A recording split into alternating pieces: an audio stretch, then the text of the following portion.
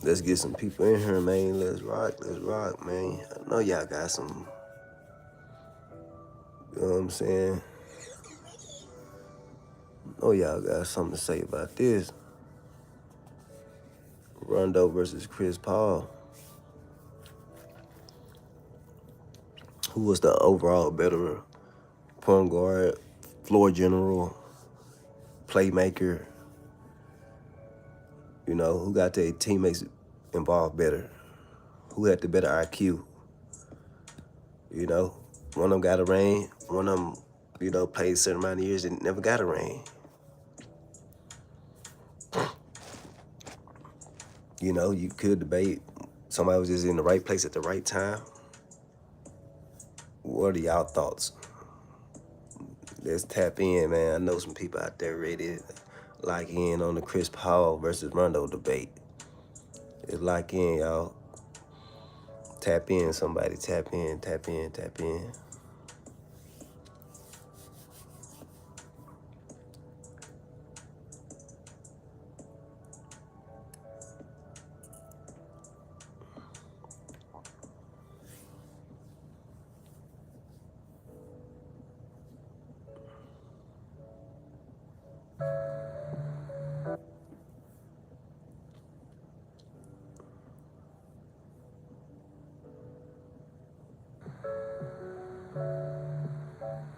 Appreciate the vote. Appreciate the vote. Don't forget to, leave a thumbs up and drop some comments, man. Who you think was the overall better point guard, better player, who got their teammates involved more? What's y'all thoughts on Chris Paul and Rondo? Because we can go for roster for roster. We can go for stats. Um, both of them had some good, some years where they average 12 assists a game. I mean, then they average 12 assists. Um, what's y'all thoughts? Yeah, it is, man. And he didn't get to ever win a championship, bro. You know, Rondo got him one, but 2017 roster, Chris Paul had a chance, man. You had DeAndre Jordan, you had Blake Griffin, you had Jamal Crawford, you had Paul Pierce at a point in time. So, and also you had Doc Rivers as the coach. Austin Rivers was over there. JJ was over there. So it's like he had a great roster. That 2017 roster at the when he was with the LA Clippers. Also, don't forget about when he played for the Rockets. He had a great roster right there. So I have one question as well. 2008 was the year that Rondo won the ring. If you just switch Chris Paul and Rondo that same year, do y'all think Chris Paul would have won the ring if he would have played with Ray Allen, Kevin Garnett, and Paul Pierce? Do y'all think he would have won the ring? Because I mean, we see what Rondo did, and he's a great defender. Chris Paul is a good defender too, but I think Rondo is a better defender than Chris Paul. Yeah, I agree with you. I don't think he would have won, and and a lot of people and a lot of people don't understand. Chris Paul ego was his downfall. That's another reason why Chris Paul never won a ring, because his ego. He was a cancer to a lot of locker rooms. Yeah, he was a good player on the court, and he was a pretty good leader on the court, but his ego, killed a lot of locker rooms. But yeah, I agree with you for sure. I don't think Chris Paul, if he would have switched with Rondo that 2008 season, I don't think they would have won a ring with Chris Paul regardless, because I think he would have probably ended up getting traded, or somebody would have got traded, because his ego and his attitude, I don't think it would have meshed over there with Kevin Garnett anyways. I think in a couple seasons, give me 1 second. What was that at? 1 second.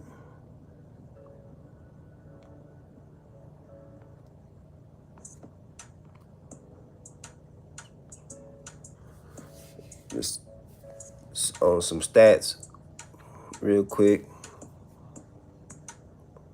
But like I was saying on that roster though, on that 2016, 2017 roster, bro, like I said, you had DeAndre Jordan, Blake Griffin, uh, Chris Paul, of course, uh, Austin Rivers, Paul Pierce was over there the 2016-17 season. JJ was over there as well. So it's like you had a great roster that 2016-17 season, and y'all still couldn't pull it off. Shit, the 2015 15 roster, they had Chris Paul was still over there. They had Josh Smith too to the lineup, and you had Lance Stevenson over there as well, and they still couldn't pull it off. Like, I mean, don't get me wrong, Chris Paul had some great runs. I can't remember what year that was when they played San Antonio. I think either the Western Conference or a semi. Yeah, either Western Conference Finals. I can't remember what year that was when they played San Antonio. But Chris Paul had some great teams, man, and just couldn't get the job done. You know, yeah, Chris Paul was averaging more points than Rondo. You know, throughout his career and stuff like that. But overall, I think Chris Rondo was a better rebounder. He played better defense.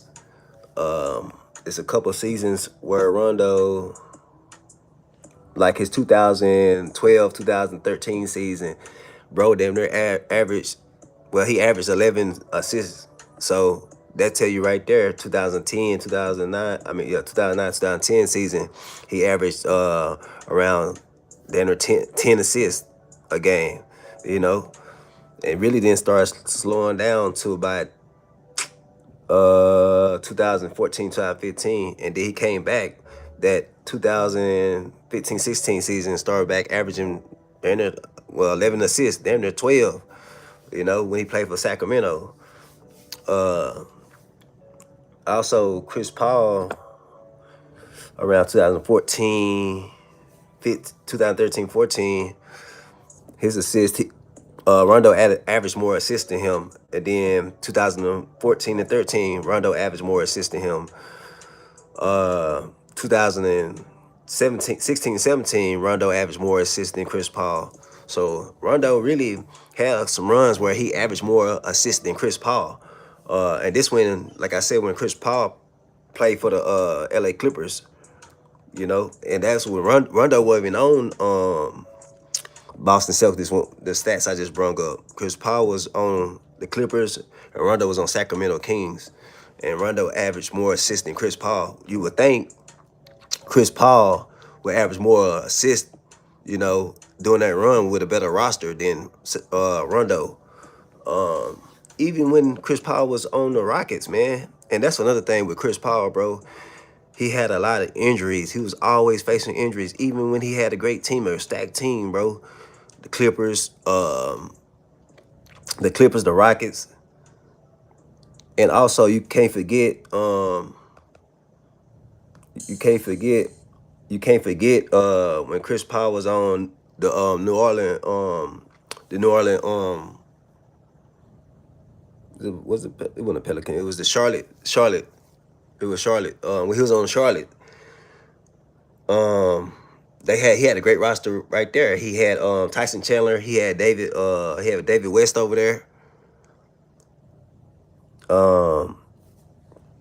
Bro, that team was stacked with Chris Paul over there when he was on the Hornets. Or he was stacked. He had a stacked team over there, and that's like when he close to his first couple of years, he had a stacked team over there, and you know, so nobody could say, man, Chris Paul he didn't have a roster. Nah, he had a great roster. I just feel like he just never could get the job done. Either ego got involved or something got involved where he just couldn't lead the team to, you know, to the championship. But he's had some great teams, man. he had some great teams where they should have won the championship. But even when he was injured, man, like some of the years he was injured, for the most part, bro played a lot of games. He played 1,370 games in his whole career, so he played a decent amount of games. He probably was too small, but you can't just that's an excuse. A lot of people I couldn't remember which one it was, man. You right. I couldn't remember. It's been so long ago. I just know it was the Hornets. I couldn't remember exactly which one it was. And I knew that team was, back and forth from Charlotte to New Orleans. They kept switching them up. So I couldn't remember exactly which one it was. But back to what I was saying, Chris Paul was he stayed injured a lot, in his career. And I think that kind of jeopardized some things too. But I wouldn't even blame it all on injury. I still would say Chris Paul Chris Paul just couldn't live up to the expectations that he was supposed to do. He never did. Just didn't get the job done. Basically, I feel like he just didn't get the job done, because, like I said, it was some years where Rondo averaged more assists than Chris Paul, and like I said, you would think Chris Paul would average more assists than Rondo. Chris Paul averaged more points than Rondo. Um, we know Chris Paul was a better 3-point shooter than Rondo. Only thing I would give Rondo, I say he was to me personally, I would say he was a better floor general. He was um a better playmaker as far as getting his teammates involved and stuff like that. And he's gonna command the defense. You can't say a lot of point guards besides Gary Payton, a couple other guys, that commanded the defense. You know what I'm saying, at the point guard position. Chris Rondo was one of those guys like Gary Payton. I ain't gonna say he was the glove, but he was one of those guys that you gonna say, okay, man, this guy gonna play great defense and he gonna command the defense. Like Chris Paul played defense, don't get me wrong, but I just feel like he was a so loser at times. You know what I'm saying? Yeah, man. And hey, and if you really want to talk about it, I'm not saying player wise, but I'm saying attitude, ego wise. Russell Westbrook and Chris Paul was the same type of player, and I'm not saying on the like playing. I'm not saying like same. They got the same attributes and stuff like that. I'm saying like they was a cancer to the locker room. Chris Paul was a cancer to the locker room, and I feel like Russell Westbrook was a cancer to the locker room. Yo, Russell Westbrook was a great player. Don't get me wrong, averaged all those triple doubles and stuff like that, and could get you in the right spot and put up some buckets, get some rebounds. He could do all that, but when it comes to winning championships, he couldn't get that done. And you know what I'm saying? Me personally, stats are great. Stats are great, and when you're that athletic, when you're that you know, precise and fast and stuff like that, bro. And like I ain't gonna lie, he elevated the point guard position, Russell Westbrook. I can give that to him. But he made it look easy, but at the same time, bro, stats are stats. And I feel like stats don't always tell the full story. I feel like Westbrook couldn't get the job done, bro. We seen it when they played against Curry. We seen it. They couldn't stop Curry or Klay Thompson, man. You know what I'm saying? Y'all, they had the lead. They let them boys come back and smack them. And KD run over there and get with the other team. You know what I'm saying? That's another person I do not respect. I do not respect Kevin Durant because he's complaining about LeBron right now. And I don't mean to get off topic, but he's complaining about LeBron right now, going to Philly. But at the same time, dog, you join Kevin, you join Curry and Clay, you know what I'm saying, and Draymond, you know what I'm saying. So you can't even complain about LeBron going to Philadelphia. You can't complain about it, but bro, come on, man. Look what happened when you went to Golden State. At least LeBron didn't get smacked by Philly and ran to Philly. You know what I'm saying? You got smacked by Golden State and ran to Golden State. How you get whooped by somebody That's like getting whooped in a fight, and you go like, hey, start being friends with that guy. It would never happen. Who as a man, where is your pride at, bro? Like, where's your pride? You know what I'm saying? This respect factor for yourself.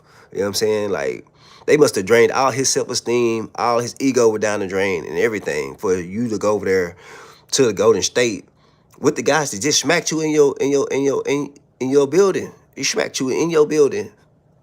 You turn around and go with them. You know what I'm saying? I do not respect Kevin Durant because of that factor, bro. I don't respect those rings he got or any of that.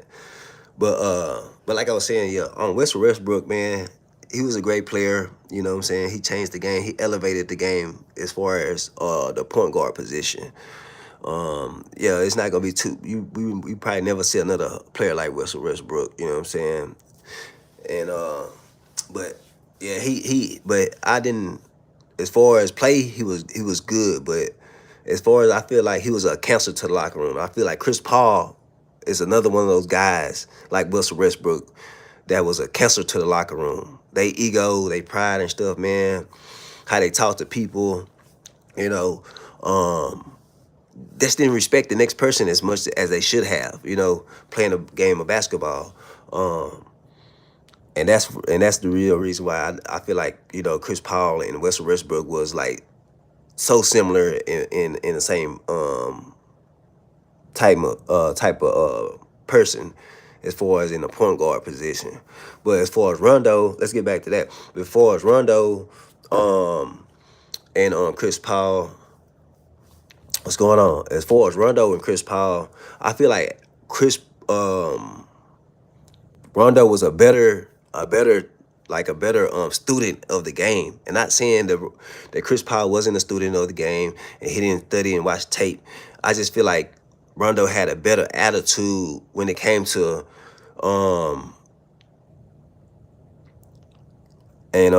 had a better attitude when it came to learning, you know, from your veterans, learning from your coach, because they both had the same coach. Doc Rivers coached Chris Paul and Rondo. You know what I'm saying? So, and we can debate all day. We can go, you know, like I said, roster for roster, because I can say that 2017, was it 17, 18? Well, 2017 roster, 16 and 17 roster was damn near just as good as the 2008 roster with the Celtics. You know what I'm saying? Because they had Paul Pierce on both teams. You know what I'm saying? And they had probably a better bench on the Clippers team. They just didn't win the championship. You say what now? Now Philly has a insane lineup because now Maxie Brown, Joel, VJ, and LeBron, like those guys, did not win a ring either. Expect Jalen and LeBron.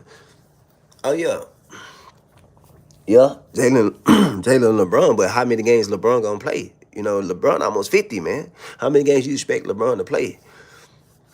How many games you expect LeBron to play, bro? But we had this discussion a little bit. I'm gonna jump into it because you brought it up, and my whole situation was this: when it comes to matchups. First, you say you got Jalen and LeBron. Cool, they both champions. You're right about that. Okay, but you're not gonna be able to depend on LeBron to play all those games. You know what I'm saying? How many games you think LeBron should play? Because you can easily not mash together, and team chemistry could be off because guys are in and out the lineup. You have for them to win either this first or second season, they're gonna have to play a lot of games together. That means Joel Embiid needs to be in the lineup. That means Brown and Maxey definitely need to be in the lineup. VJ need to be in and out the lineup. You know what I'm saying, to get team chemistry. So if LeBron ain't in the lineup and you just got Maxey and Jalen out there together, steady playing, you know, they didn't play 60, 70 games. Then LeBron, you know, played about 30, 40 games, if, you know, or 50, you know what I'm saying? you messing the team chemistry up. And we seen that, and I'm gonna tell you another reason I say that. We seen that the year Kawhi Leonard was over there at the LA Clippers when they had James Harden and they had Paul dang, I'm finna say Chris Paul. When they had Paul George. You had Paul George, James Harden, and Kawhi Leonard was in and out the lineup. He was steady hurt off and on, and it messed the team chemistry up. They'll have a faster flow when Kawhi was out the game. Then when Kawhi came back in the game, They slowed the pace down. That's the same thing we're gonna see in the game with Philly. You can kind of match that up with Philly and LA Clippers, because we know Joel Embiid is going to be in and out the lineup. They're going to have a different type of chemistry when Joel is out the game, and you just have LeBron, Jaylen Brown, and Tyrese Maxey. So that's gonna throw off team chemistry. And then, like I said, you might have a whole bunch of nights, and it's gonna be like this. You can expect that. You're gonna have a whole bunch of nights when it's just Maxey and just Jaylen Brown out there and VJ, because those are the younger guys. And, LeBron's gonna take time off because we've seen when years when LeBron either ran out the gas or he end up, not majorly hurt, but pulling hamstrings and stuff like that. So at this age, you don't want to run him, a high 60, 70 games. You know what I'm saying? He might not make it through the season. So like I said, when it comes to team chemistry, you're probably going to see a whole bunch of games, like I said, with Tyrese Maxey and Jaylen Brown, but that's going to mess up the team flow, the team chemistry on the court with Jaylen Brown and Tyrese Maxey, with LeBron in and out the lineup, and Joel Embiid in and out the lineup. That's going to mess up the team flow, team chemistry.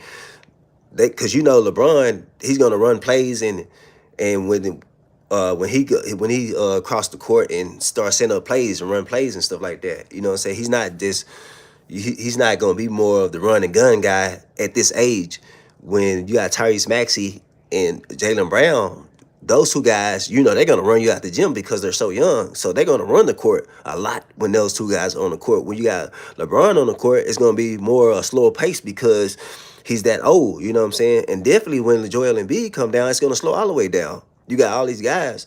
So, man, I don't know, man. It doesn't, to me, I don't see them winning no championship in the next 2 years. They're probably gonna be better next year, but I just don't see them winning the championship. It's too many factors involved. Like I said, with the team chemistry, with egos, with people not being in a lineup, age. You might not have the right coach. So it's gonna be a lot of factors when it comes to that Philadelphia team. But like I said, it reminds me of the year when Kawhi Leonard, Paul George, and James Harden was together. Kawhi was in and out the lineup, and it kept messing the team chemistry up. There was running gun with Paul George and James Harden, but when Kawhi came back in the lineup, and I love Kawhi. That's one of my favorite players. But when Kawhi came back, it slowed the pace down. Kawhi was, did a lot of ISO, and they probably gonna do a lot of ISO too, on and off, with Jaylen Brown, or you might have Maxey do ISO. But bro, I don't just see them winning no championship no time soon. I don't think LeBron's gonna win a ring in his next 2 years. I feel like this is it. You know what I'm saying? Unless he, extend past these 2 years, I don't see him winning no ring. Not in Philly, because you have too many factors. We don't even know how long Joel Embiid is gonna be in the league. This could be his last year. Not putting it on him, but you gotta understand, bro. Joel been hurt his whole career. You know what I'm saying? I don't think he's never had a career. I mean, a couple seasons, back-to-back seasons where he was healthy. I can remember. You know what I'm saying? Last time I checked, he played like 16 games one season. Then he played 30. So with that being said, you playing 16 games and 30 games, bro. That tells you everything you need to know about Philly. And without Joel Embiid in the lineup, that's not a championship. It's not a championship team at all. It's not a championship team at all with Joel Embiid out the lineup, because LeBron is not. We see that when he was on LA, he's not guarding, bro. He's not playing no defense. So he's not guarding. He's not playing no defense. You know what I'm saying? You're gonna leave all the defense with Maxey and Jaylen Brown. So when you playing somebody that got a big three, what are you gonna do if LeBron's not playing defense? And you don't have the anchor, which is Joel Embiid. They don't have a backup center that you can say, okay, man, hey, we're going to let you protect the rim. They don't have that. You know what I'm saying? So, like, if they play New York is going to give them a good. Everybody probably, hey, man, Philly going to wipe New York. No, bro. No, they're not just gonna. If they do, when they play the Knicks, bro, the Knicks are gonna give them hell, bro. I feel like that's a good matchup. I feel like if Towns play like he's supposed to, if Anthony Towns play like he's supposed to, hey, and play aggressive like he played in the championship in the playoffs, you're gonna see okay, boom, Towns getting his rhythm, and shit. You really ain't got nobody down there to guard Towns. You can't, like I said, you can't get LeBron to guard Towns. You know what I'm saying? You can't get Maxey to guard Towns. So boom, you got, because Maxey got to guard Jalen Brunson. So that's their matchup right there. And then you got Jalen Brown. He probably gonna end up guarding OG. So and then like it's a couple other matchups. LeBron might guard OG. Bridges might guard Jalen Brown. That matchup, that's what the matchup's gonna be. And then who's gonna guard Towns? Towns should have a good day when they play each other. If Joel Embiid ain't there, this is not if Joel Embiid right there. If not there, I don't even know. Unless Towns just showed that he better, you know what I'm saying, than Joel Embiid. Because at this point of his career, bro, you could say, man, shit, hey, Joel Embiid, Towns could get Joel Embiid a run from his money. We know Cat, he been more healthy out throughout his career compared to uh, Joel Embiid. And shit, Cat had a hell of a run last year, bro, throughout the playoffs into the championship. You know what I'm saying? So I feel like New York Knicks will give Philly a run for their money. For sure, man. I feel like New York Knicks is going to be a great matchup. I feel like they don't have an answer for I don't think it's gonna be a good answer for Cat if he plays up to the level he's supposed to, play up to his full potential. I don't feel like they have a great matchup against Karl Anthony Towns. Um, Shit, really, if I mean Maxie gonna do his thing. Don't get me wrong, he gonna go back and forth with Jalen Brunson, but bro, I really don't think that Maxie can hang with Jalen Brunson, bro, at all. I think that's gonna be a good matchup. But look how physical Jalen Brunson is in the paint, bro. Look how physical he is, bro. Like this don't matter. It don't matter who you get on him. Like he'll go toe to toe to, what I'm saying, with your twos and threes. You know what I'm saying, with your shooting guard and your small forwards. He don't give a damn who you put on him. He gonna go head to head with your best player on your team. You know what I'm saying? So I feel like you never know. They might have to switch it up and put Jalen Brown on Brunson. And he might give him the business too. He might give Jalen Brown the business. So man, I think New York, man, they in great hands this year, bro. You might see them boys back in the Eastern Conference Finals, back into the championship, because the Eastern Conference wide open. I don't care. Everybody talking about it's stiff over there. It's a lot of good teams. Yeah, you right. It's some good teams, but bro, it's wide open. And again, to me, it was wide open last year. It's wide open again. So it's a select few teams that you might say, okay, man, these guys, and these guys. But Philly, man, they got their hands full this year, bro. They got their hands full. I don't care who you add on the team. It doesn't matter. It don't matter who you put on the bench. If these two guys not there, if LeBron not there consistently, and you got not Jalen Brown, my bad.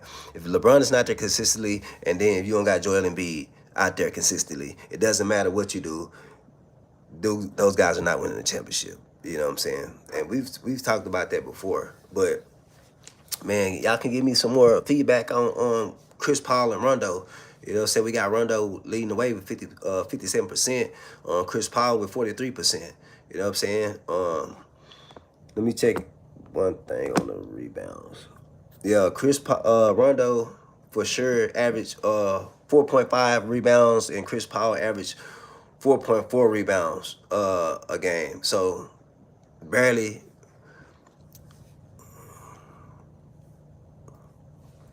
What you mean? Yeah, totally not. You talking about Philly not winning a championship, or you think they are gonna win a championship? But yeah, what do you mean? Yeah, totally not. But yeah, like I was saying, Rondo, they was close in rebounds. I see a couple years where Chris Paul averaged 5.5 rebounds a game, 5.4 rebounds a game. He was always around that range. Uh, Rondo, as far as assists, oh come on, bro, we already know what's the percentage on the 3 point. Chris Paul killed him on 3 points, bro. It's not even close. Rondo wasn't never really a good 3 point uh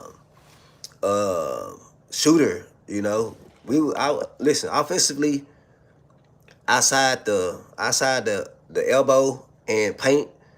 You know what I'm saying? I would give it to Chris Paul. Chris Paul is a better, a better shooter overall. But when it comes to like driving to the rim and stuff like that, Rondo was right there with him. If you watch Rondo's career, Rondo was a good finisher at the rim as well. But Chris Paul, yeah, he was a good finisher at the rim. But Rondo was right there with him as far as both of them finishing at the rim. But 3 pointers, a couple years, Chris Paul averaged 39.8. He was already in the 30 percentage 3 point range percentage, like 30. One year he had 40%, so that year was 2009 and 10. He averaged around 40% 3 points. So he did pretty good that year. That was when he was in New Orleans or whatever. But I think he kind of took his foot off the gas. But I mean, he had a lot of talent. The years when he was in LA, we was playing with the Clippers and stuff. So he had a lot of talent, and he probably kind of took his foot off the gas. But he almost averaged 40% from 3 point range then, 2014, 15. And I already know, man, if we go look at Rondo's career as far as 3 pointers, man, it's gonna be horrible, bro. He was never the eye test tells you that he was never a good, 3 point, 3 point percentage guy. It was never good. You know what I'm saying? He had 20, 26%, 31%, 21%, 23%, bro. 1 year in his career, yeah, he never, yeah, 1 year in his career, he had 43% point two.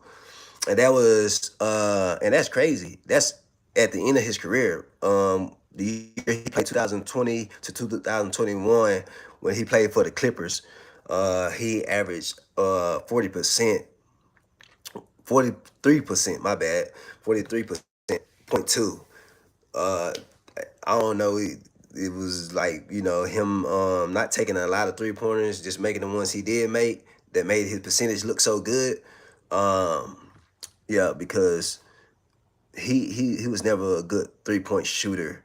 Uh, Rondo, that's crazy. And I was talking noise about Chris Paul. My bad. Chris Paul played yeah, Chris Paul played more games overall in his career than Rondo. Rondo played 957 games. Chris Paul played, I think, like 1,300 or something like that. Let me see. Chris Paul career. Let me see some real quick games played. Yeah, he played 1,370 games his career, where Rondo only played 957 games, which is crazy.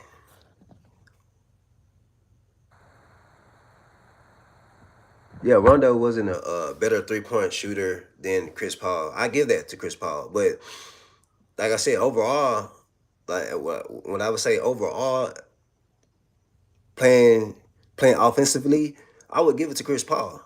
But Rondo was right there with him as far as like if we talk about the elbow, we talking about jump shooting, and we talking about finishing at the rim. You could say um, Rondo was right there with Chris Paul. But if you say okay, shooting threes, yeah, Chris Paul was a better 3 point shooter than Rondo. We'll get that to Chris Paul, but that's that's that's that's not the full story. Yeah, Rondo was a more healthy player, but you can't say Rondo was just more healthy player. That's the reason why Rondo won the ring. Chris Paul had plenty of opportunities to win a ring. Man, he had a lot of stacked teams from his beginning of his career to mostly to this end of his career, bro. All the years,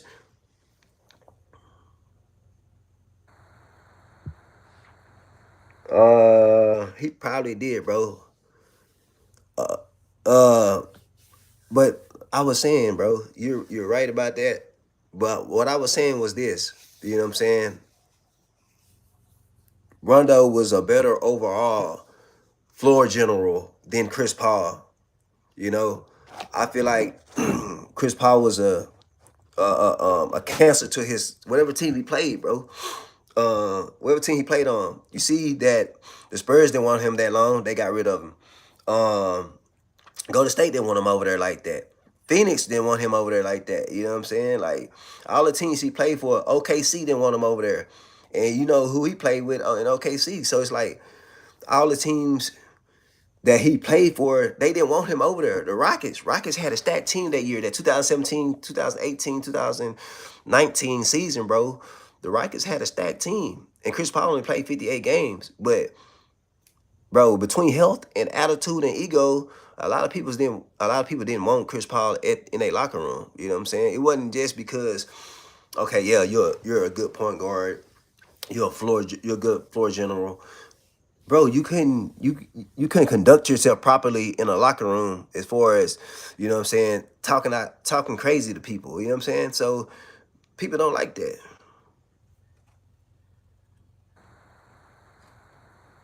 Exactly. Exactly. That's what I'm saying. And I give you that, you know what I'm saying, Jamal. You know what I'm saying? And that speaks volumes right there.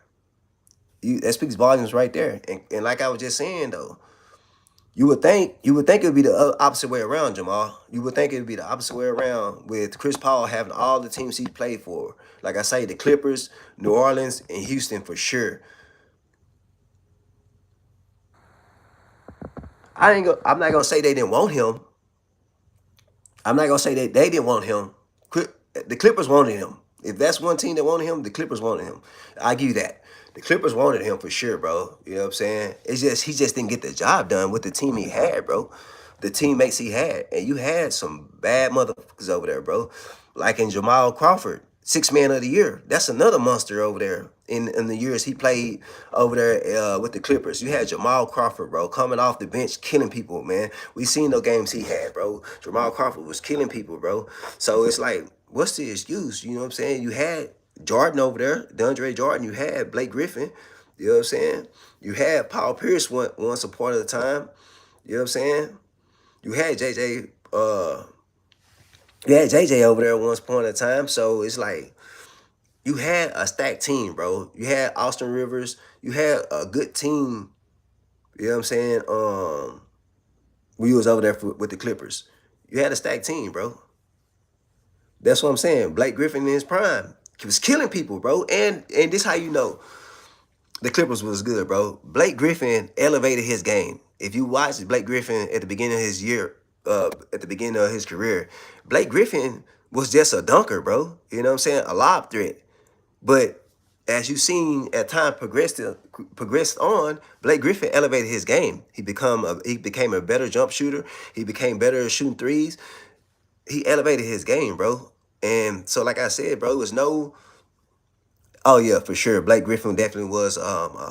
He was a commercial, bro. He was a highlight film, bro. Every time he got the ball. But that's what I'm saying, though. You had all these great players around you, Chris Paul, and you never could get the job done. You know what I'm saying? And we understand. I understand. You know, if you look at conference play, maybe that played a factor in it. You know, because we know for sure the West was stacked. The West was stacked. You know what I'm saying? When the all those the years Chris Paul played in Los Angeles as a Clipper, the West was stacked, bro. That 2012, 2013, 14, 15 season, you know who was going to the championship around those times, man. You know what I'm saying? You had the Lakers, you had San Antonio coming out the West, and you really couldn't do nothing. And then you really think about it, that one year, the 2011 season, Dallas Mavericks won the championship. You know what I'm saying? So you had a lot of stacked teams. I'm not making excuses for Chris Paul, but you had a lot of stacked teams coming out the West. You got to realize that. You had the Mavericks coming out there. They won the championship. You had San Antonio Spurs. You had the Lakers. You know what I'm saying? You had a lot of stacked teams coming out the West, bro. But it's no excuse still, man. You getting paid. You should have got the job done. You know what I'm saying? You had a stacked team yourself. So, what you say about Phoenix? I seen somebody say something about Phoenix. Phoenix released Chris Paul due to the injury. Yeah, that happened a lot, bro. That happened a lot. That happened a lot. Yeah, he only played, well, he played 70 games though. He played 70 games one season. Then he turned around and played 65. That's pretty good, bro. 65 to 70 games. And I could blame, you could blame the coach for that as well, because I mean, knowing his prior history, you should like game manage him. You know, everybody else, load management. So why not load management Chris Paul more often? You know what I'm saying? They probably could have won the championship over there in Phoenix. You know what I'm saying? Because he played 70 games, and then he turned around and played 65. The lowest he had over there in Phoenix was 59 games. So he played a lot of games when he was in Phoenix. They should have load management him probably better. But besides that, bro, he played more games in Phoenix than he played in Houston. Both years in Houston, the 2017-18 season, the 2018-19 season, bro, he played 58 games in both seasons. So that tells you a lot right there, bro. And I remember that season, bro. Bro was hurt all the time. He was hurt all the time. Yeah, you're right. Yeah, that 2011, yeah, was that 11 and 12? Yeah, that year Dirk did win the championship. Yeah, you're right about that. So that's what I'm saying. The 11 season, 2011 season, they did win that championship. And that's what I'm saying. He had but I don't know. Dirk was just on some other shit that year, bro. Like everybody says that's one of the greatest runs you could ever have as a basketball player. That 2011 Dirk Nowitzki year, bro.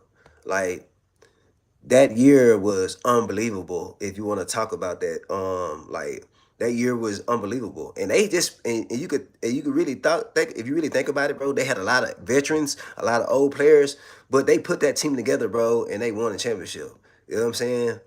With Jason Kidd, that was one of my favorite players right there, Jason Kidd, and Dirk Nowitzki. But they had a pretty good team, but it wasn't no like, oh man, they a super team or just super stacked over there. They just had a lot of great role players, a lot of and somebody that's been deep in the playoffs. And Jason Kidd, was deep in the playoffs with the New Jersey Nets, time and time again. He just couldn't get the job done. But they had they had some people that you was like, okay, man, that team is this team's pretty good, bro. And I'm gonna tell you another thing, bro. It doesn't really be the talent, bro, because you can have all the talent in the world. Everybody understood they role on the team, bro. That 2011 Dallas Mavericks team, everybody understood they role in a team. You didn't have no egos. You know who was gonna be the point guard. You know who was the starter team. You know what I'm saying? You had leaders in Jason Kidd. You had leaders in Dirk Nowitzki. And I'll go right back to this real quick. That's gonna be a problem in Philly, bro. You can't say, hey man, this Maxi team. Everybody's saying this Maxi team, but shit, Joel Embiid was over there before Maxi. So how y'all gonna say it's Maxi team, but damn, y'all just forget about Joel Embiid like that? So with that being said, bro, I don't know who's gonna have the ball at the end of the game, who's gonna all the egos are gonna clash, and it's gonna be a problem in Philly. It's gonna be a lot of diva shit going on in Philly, man. The same thing with the Spurs. They had Tony Parker, Tim Duncan when they won a championship. Right, right. They had some players, bro. They had some players over there. You know, only thing I would give the edge on the Spurs is they have Greg Popovich, and Greg Popovich was a great planner, bro. He knew how to adjust to your offensive defensive schemes. He knew how to play chess, if that makes sense. He knew how to play chess when it came to basketball. If you made this decision, we're gonna offset this decision with this plan. So Greg Popovich was a great planner. So when it came to other teams, he's gonna make that second the second half adjustments. And a lot of coaches, you could say, bro, they didn't make a lot of second half adjustments. Like when Chris Paul played with I don't know, man. I blame Chris Paul, bro, because Doc Rivers played for both, was coach for both teams, where they had the Celtics. When they had when he had when they had the Celtics, Doc Rivers was the coach for the Celtics and the Clippers. I would say this one thing. I mean, y'all can drop your comment. The game changer out of those teams with Chris Paul and Rondo when Doc Rivers was coaching both teams, I would say Kevin Garnett was the game changer. That's the reason why the Celtics won. If Kevin Garnett would switch spots and they had Kevin Garnett, Chris Paul, and Blake Griffin, and take DeAndre, not Aiden, DeAndre, what's DeAndre last name? DeAndre Jordan. You take DeAndre Jordan off the team and put Chris Paul, Blake Griffin, and Kevin Garnett over there.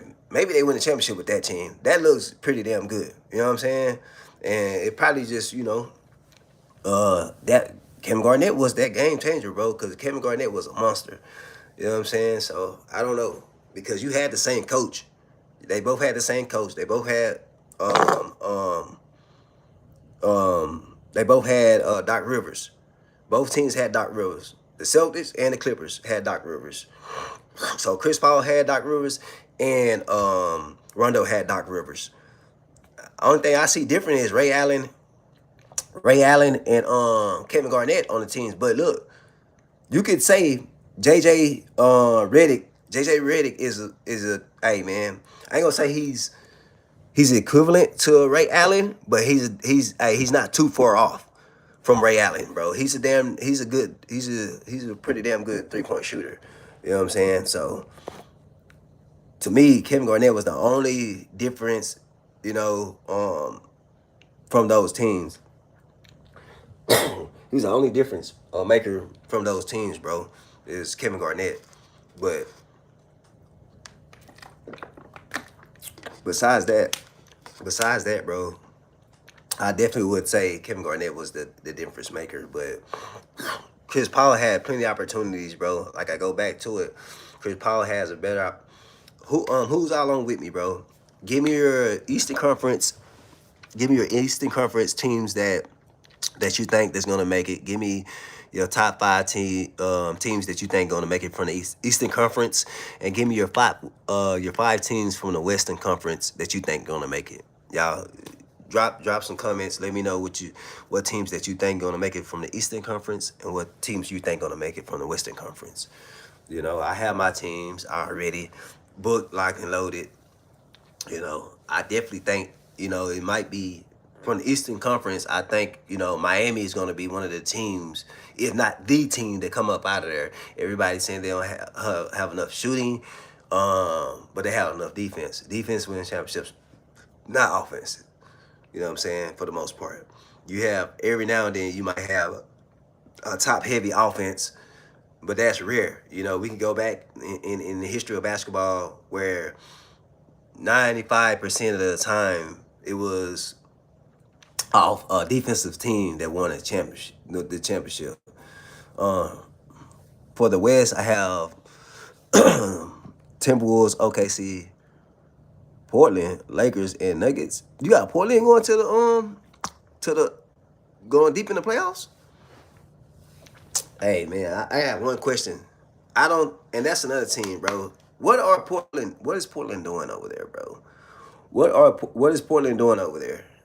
That's a distorted franchise if you ever knew one. Like, to me, Portland is equal to the franchise in the NFL, the Cleveland Browns. That's the equivalent of the Portland Trailblazers. They're the Cleveland Browns of the NBA. Because it's not making sense. First of all, it's not making any type of sense for you to get all these damn point guards. That's all you got. You don't have, bro. You got John Morant, point guard. You got Damian Lillard, point guard. You have what's his name? Drew Holiday, point guard. Like, and Scoot Henderson, point guard. Like, what are you getting all these point guards for, bro? It doesn't make any sense. When you play up against a good five and 4 and 3, then what you're gonna do? You don't have the size for it, bro. You think Portland's gonna be a good team and have a good roster? I don't see that, bro. I don't. I really don't see Portland Trailblazers. I don't see. I don't see them like the roster they have right now. Um, no, bro. Like, come on, bro. And so they got John Morant, Damian Leonard, Drew Holiday, like I said, Yang Henson, Scoot Henderson, Shannon Sharp, Donovan Collins. I don't like, bro. Like Brandon, like Robert Williams. Oh, he a good pickup. They had him. That's a good pickup. But besides that, bro, these other guys. Oh, okay. Let me before I jump back to that. I don't see a good team, bro. Like, you have all these point guards, bro. Like what's the whole point of that? Like, it doesn't make any sense. You have all these point guards. Like, you have 4 point guards, and all of them could be starters, bro, on any other team. If anything, I look at it like this, and I'm gonna be done with this conversation. You have a lot of trade access. You know what I'm saying? You have John Morant, you know what I'm saying, Damian Leonard, Drew Holiday, and Scoot Henderson. If anything, you got a lot of assets you can, okay, let me trade for this person, let me trade for this person, and rebuild a team the way you really want it. And really, personally, man, besides Damian Leonard retiring over there, I would have been got rid of Damian Leonard, bro. Like, even though he came back, but why are you keeping it if you got John Morant and you got fucking Scoot Henderson? You know what I'm saying? Like, I'm trading him, bro, and get something for him. Like, they're not even playing a game of basketball right, bro. Like, you know what I'm saying? As far as like being in the front office, trade that man. Trade Drew Holiday. You don't need none of those guys, bro. I would play them for 1 season, keep them for 1 season, so they can, show my the other guys, you know what I'm saying, the younger guys what to do and how to be a better pro. But besides them being a better pro, bro, I wouldn't keep Damian Leonard. I wouldn't keep Drew Holiday. I'm trading those guys for better pieces, bro. You know what I'm saying? You can get some first round picks still for Damian Leonard. You could get some good pieces for Drew Holiday, bro. But as far as Timberwolves, I think Timberwolves going to be pretty good team though, bro. I do. They might shock a lot of people, bro. But I don't see them winning the championship unless that and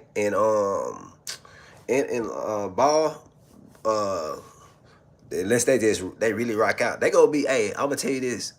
Timberwolves are gonna be the team everybody want to see, for sure, bro. It's gonna be a show every time those 2 guys step on the court together. You know. But also, it could backfire. Both of those guys love the ball in their hand. But I ain't gonna lie, LaMelo, he's a pretty good facilitator. But we'll see, man. But that team, the Timberwolves, is gonna be a good team.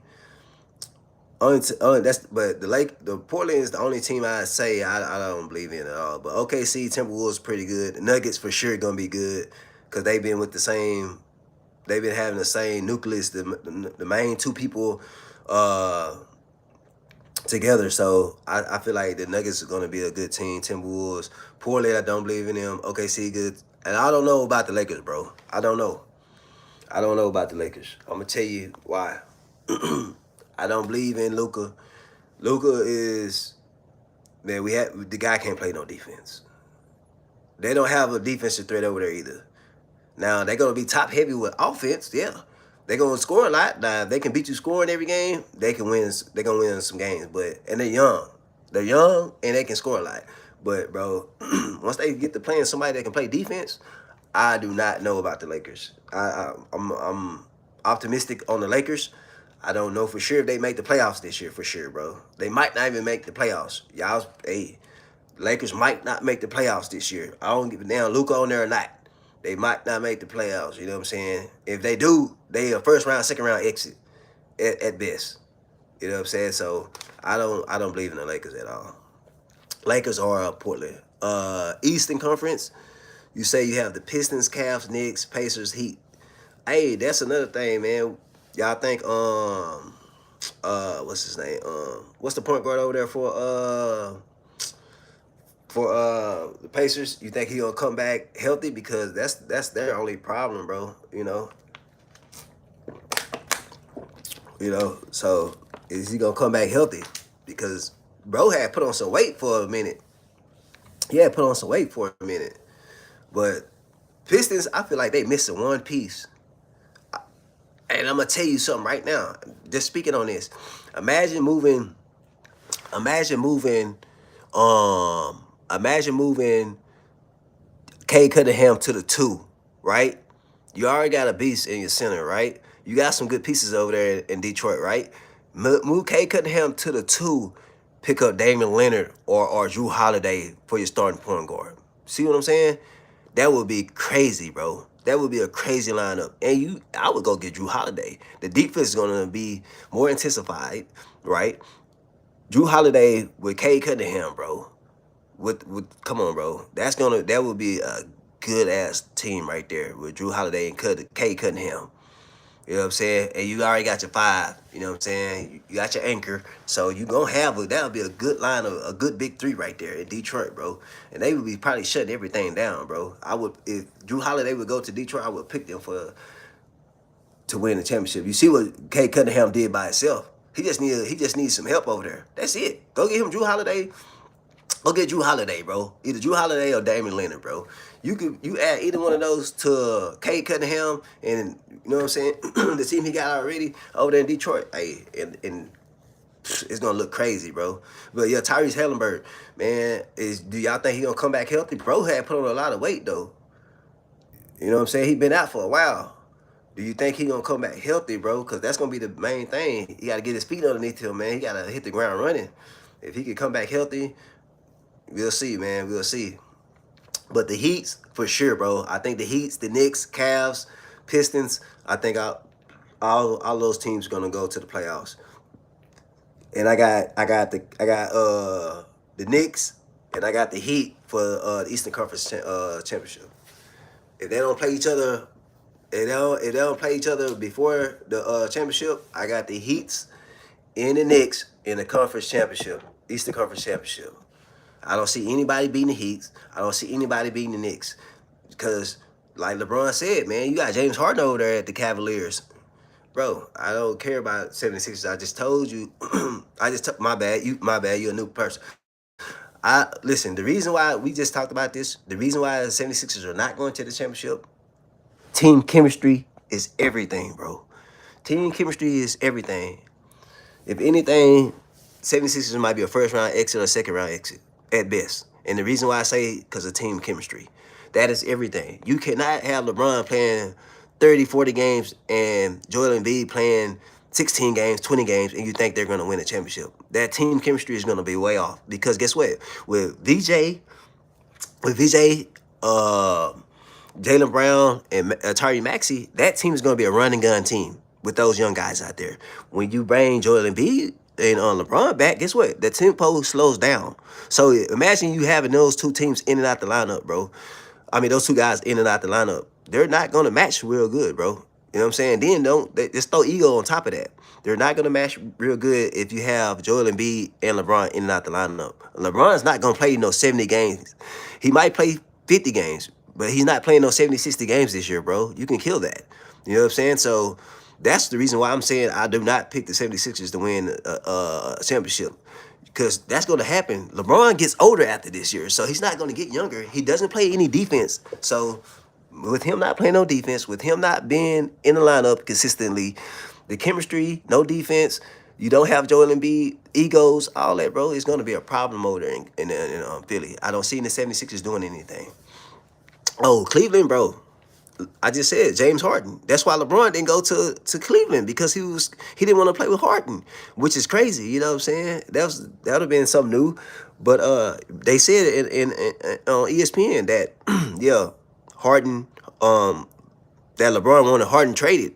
So if if LeBron would have went over there, listen, I ain't gonna lie. If LeBron would have went to Cleveland with the lineup they got right now, besides what's his name, James Harden, and somehow they could have brought Kyrie over there with James Harden. Oh, damn, my bad. If they would have brought Kyrie over there with LeBron and with goddamn Donovan Mitchell.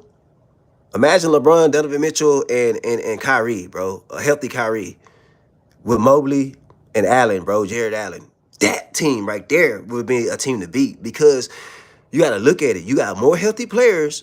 Only person you worrying about is really, you know what I'm saying, besides LeBron and Kyrie, you could you could manage them and it's gonna be all right, bro. But you got a more flexible team. You got a more defensive and offensive team. You got equal balance. With on Philly, you don't have all that. You know what I'm saying? But I would if that would have happened, I would definitely would pick Cleveland. Bro, but Boston did not win in 1 year, bro. They been had that team though. They didn't just have Jaylen Brown didn't just come that season and they won. You know what I'm saying? Jamal, they didn't win their first year. They probably what third, fourth year, fifth year they won the championship.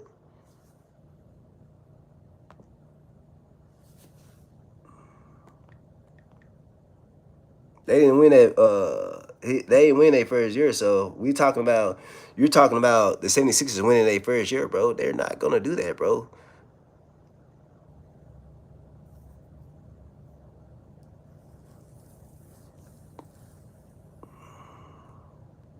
Oh yeah, yep. You're right about that. Yeah, the Rockets.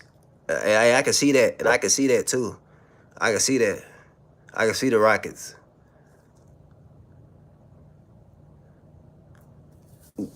You keep saying the Celtics won in 1 season. Okay, but are you talking what season are you talking about? Because you got to be more specific. You know, it's a lot of seasons and it was a lot of different rosters. So are you pertaining to Jaylen Brown and Jason Tatum, or are you talking about Ray Allen, Kevin Garnett, and Paul Pierce? What team are you talking about? What Celtics team are you talking about? And yeah, I do agree with you, Kyrie Irving, on the Rockets. I think the Rockets going to be a good team. They're going to probably be a dark horse in the West. With Fred VanVleet coming back, that's going to be a good team, bro. He's a great leader. He's a great, floor general. Um, that's going to be a good team, bro. Did they win their first year? I thought it was like their second year or something like that, or third year. I could have sworn that they didn't. Did they win their first year? I don't think they won their first year, bro. Let me check that. Let me check and see. What year was that?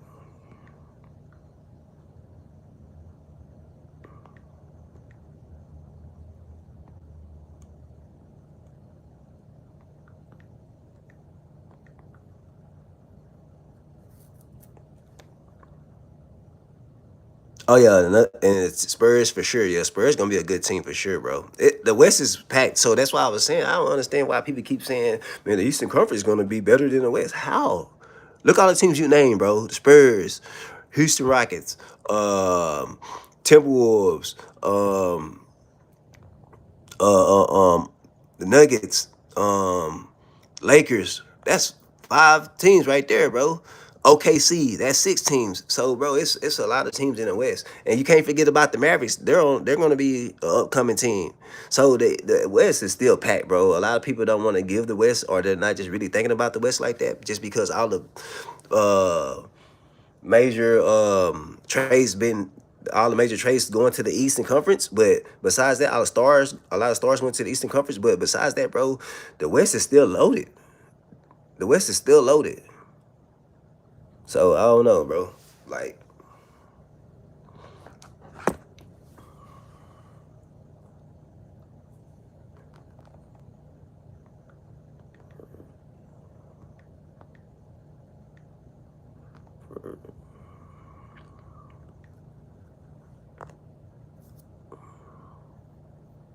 Yeah, I can't. I hope Wimby get toughened up, bro, because I'm, and demand the basketball more, bro. If uh, I feel like Wimby needs to demand the basketball more. And I'm gonna tell you another thing. De'Aaron Fox, bro, was a no show, bro. He was very inconsistent. He was not what we needed to win the championship or go, to finish that team. Like, bro, you're a veteran now. De'Aaron Fox, you're supposed to be stepping up to the plate, which he did not do consistently. And so he got to step it up, bro. Matter of fact, since I was talking about trades, I would trade his ass, bro. I would go get me Drew Holiday, go get me Damian Leonard. Those two right there, bro. They can go to any team right now and can shake up the NBA right now. If Damian Leonard go anywhere on a championship team, he's gonna shake up the NBA. If Drew Holiday goes to any championship team, he's gonna shake up the NBA, bro.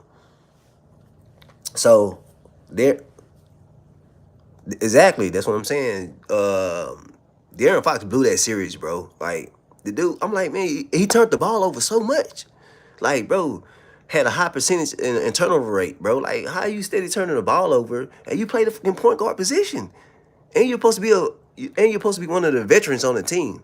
You know what I'm saying? Like you're a veteran on that team. You're not a rookie. You're not a second year, third year player. You're a veteran on that team. You know what I'm saying? So they're depending on you to to keep the turnovers down, to take care of the ball, and you was not, and you didn't play good at all, bro. That's what you think it was? He was hurt, bro. Man, he should have set his down somewhere there if he was hurt. You know what I'm saying? Because he hurt the team, bro. He hurt the Spurs. He had the Spurs looking bad, man. And and I feel like Wemby should have played more physical and demanded the ball more. I'm not gonna just put it on De'Aaron Fox. You know what I'm saying? Both of the two of the players you depended on, I feel like is room to grow with that team.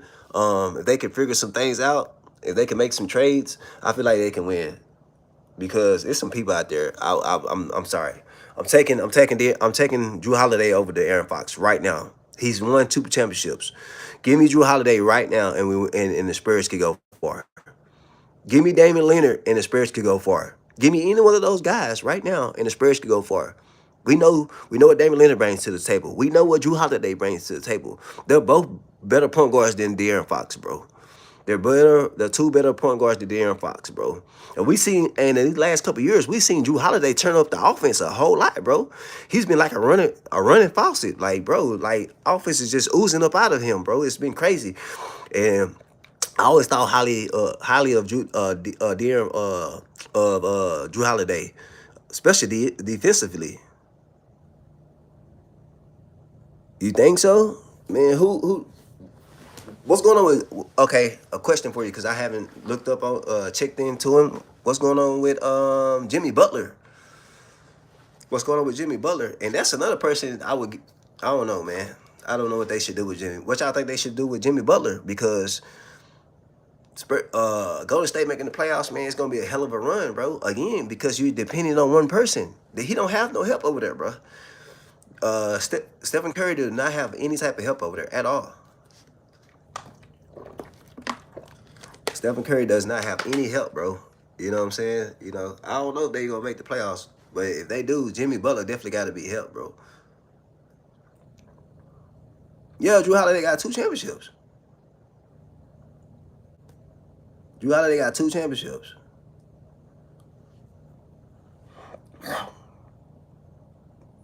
Yep. Drew Holiday got 2 championships. Let me tell you. I'm gonna tell you. I know Milwaukee. He got one. Where else? In Boston. Milwaukee and Boston. Milwaukee and Boston. That's the 2 teams he won a championship with. So, you know what I'm saying? Drew Holiday a bad motherfucker, you feel me? And he gonna do his thing. Yeah, they have Curry. I understand that, bro. But, like, I understand they have Curry, bro, but what do you want from Curry, bro? Like, this man is giving his all, bro. The man is giving his all. Like, eventually he gonna have to retire because they putting so much on him. You see how much he's carrying the load of that team right now offensively? Like, bro, with Curry out the lineup, bro, they offense just like it just downgrades, bro. It's not the same. Yeah, Al Horford, you're right. But Al Horford is getting old, bro. He's not producing like he used to. Like he's not producing like he used to. If Jimmy Butler stays healthy and they can get another piece, I'll tell you that. If Jimmy Butler can stay healthy and they get another piece over there, then I'll be like, okay, yeah. Right now, I do not see that, bro. I just don't see that. Yeah, Al Horford, like I said, yo, he cool, but man, they gonna have to do something else, bro. They gonna have to do something else, man. They got to do something else. That would be crazy, but this one thing I'm gonna say, bro. I do not see in no shape, form, or fashion. I do not see the Golden State Warriors getting rid of Curry. Hey, Curry's retiring over there in Golden State, bro. They said the only team he would go play for, I think they said out of his mouth, I'm not for sure 100%, don't quote me on this, is his dad's team. You know what I'm saying? That's the only team I think he said he'll go play for. You know what I'm saying? Charlotte. That's it. Because his dad's over there. You know what I'm saying? So, that's where he's from. So, like, that's the only team he's gonna go play for willingly that they was talking about. But that nobody else did really said, bro. Exactly. Kyrie, you know what I'm saying? That's what I'm saying. Kyrie Irving, that's what I'm saying. They're not trading Curry, bro. They're not trading him at all. If you think they're gonna trade Curry, bro, it's not happening. Jamal, it's not happening, bro. They're not trading Curry, bro. They need to add another piece to Golden State. If they can do that, then they might have a shot at something. You know what I'm saying? And Jimmy Butler has to stay healthy, bro. I don't know what's going on with Jimmy, bro. You know what I'm saying? But maybe he's getting too old. But yeah, they need another piece over there with Stephen Curry, bro. It's not looking good at all. Cause he keep have to carry the offense. Porzingis went to the Golden State.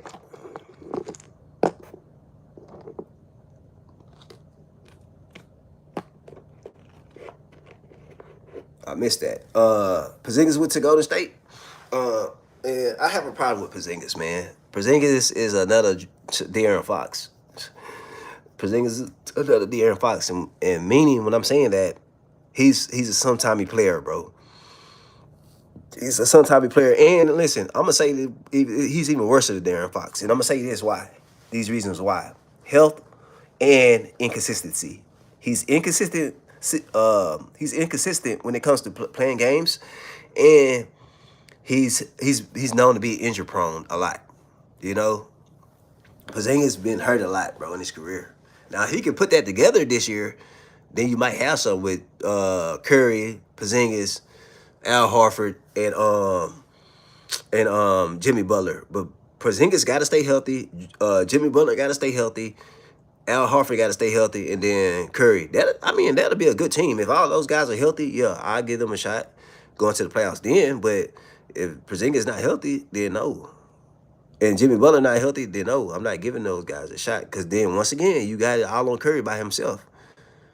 You know what I'm saying? So I'm not, man. That's bro. All the running Curry does, bro. That's is tiresome just looking at him doing all that, bro.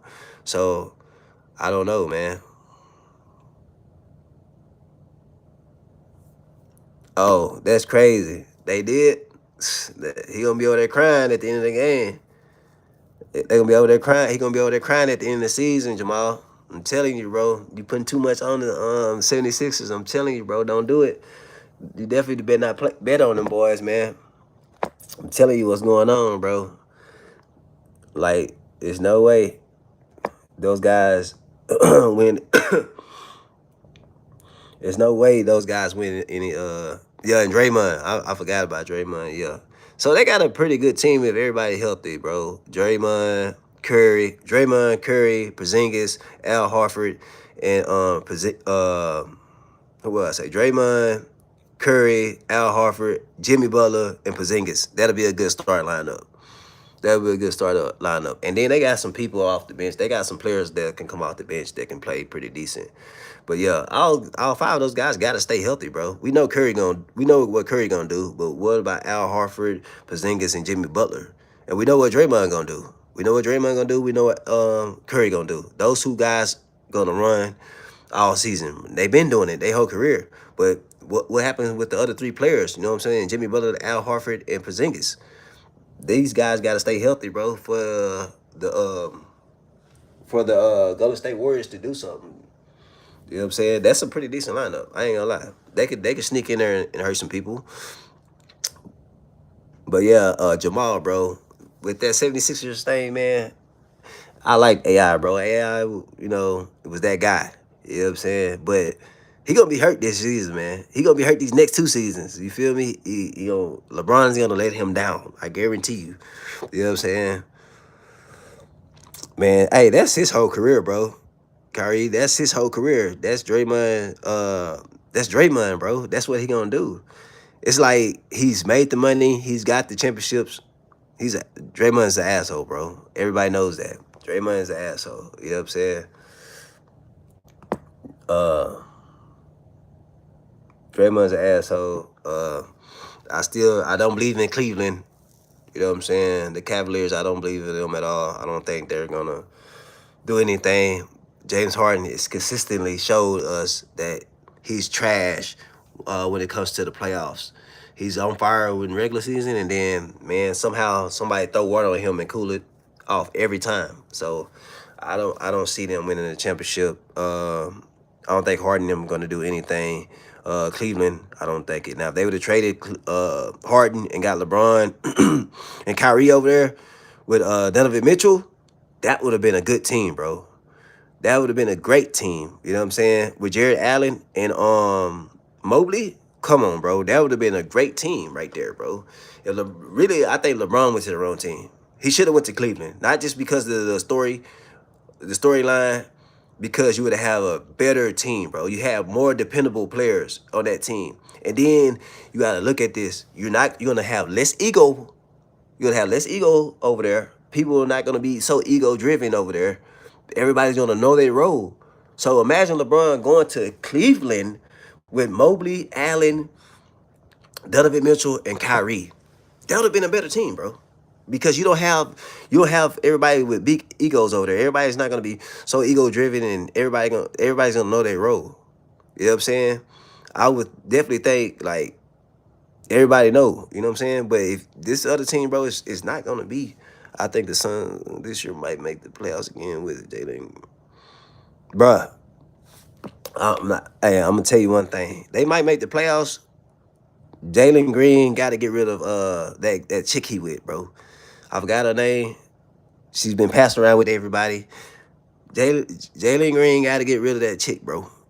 Like real talk. She messing his whole career up. His baby mama, whoever she is to him, she messing his career up, bro. Like his career is going sideways. The dude is a hell of a player. Don't get me wrong, but I don't know, bro. Like he need to get rid of her, bro. That's messing his career up. 2018, real quick. 2018, yeah. What y'all think Orlando missing though? What is Orlando Magic's missing, bro? They got a lot of young players over there, a lot of young talent. Uh, what y'all think they missing over there, bro? If Pablo step his game up a little bit, he might be the next LeBron. He got all the physical attributes and stuff like that. You know what I'm saying? I don't think his IQ is high as LeBron is. That's a difference maker. But physically, shit, he right there, all measurements. And then, hey, and another thing on Devin Booker, bro. Devin Booker, I don't know. Devin Booker is a hell of an offensive player, but he doesn't play any defense. I like players that play both sides of the ball. That's always been my main point because in basketball, it's two sides of the ball. Unless your offense, like if your offense is like way superior than everybody else's, like the years that Golden State had Clay and Curry together, they offense outweighed everybody defense damn near. Like you couldn't keep up with those guys. Because they were scoring more points than the opposition. You know what I'm saying? Their offense was way better than everybody's defense. Their offense was better than everybody's opposition. So I don't know, bro. I just don't see Devin Booker doing any crazy thing. What's up, Huncho? I ain't see you in a minute. Uh, exactly. Exactly. He don't play because it's the Suns, man. Like I don't see the Suns doing anything crazy. And like I said, Jalen Green has to get that girl out his head, bro, because she be messing him up, bro. Like that's why the Rockets got rid of that nigga, bro. Like you're supposed to be a future star, and you're not playing like it, bro. Lil, you have a couple good games and stuff, but you're not consistent. You know what I'm saying? So I don't know, bro. They might make the playoffs. Yeah, they might make the playoffs just because they have a young team. You know what I'm saying? But I don't see them going deep or nothing like that. They might be a first round exit. Uh, Huncho, I got a question for you. Hey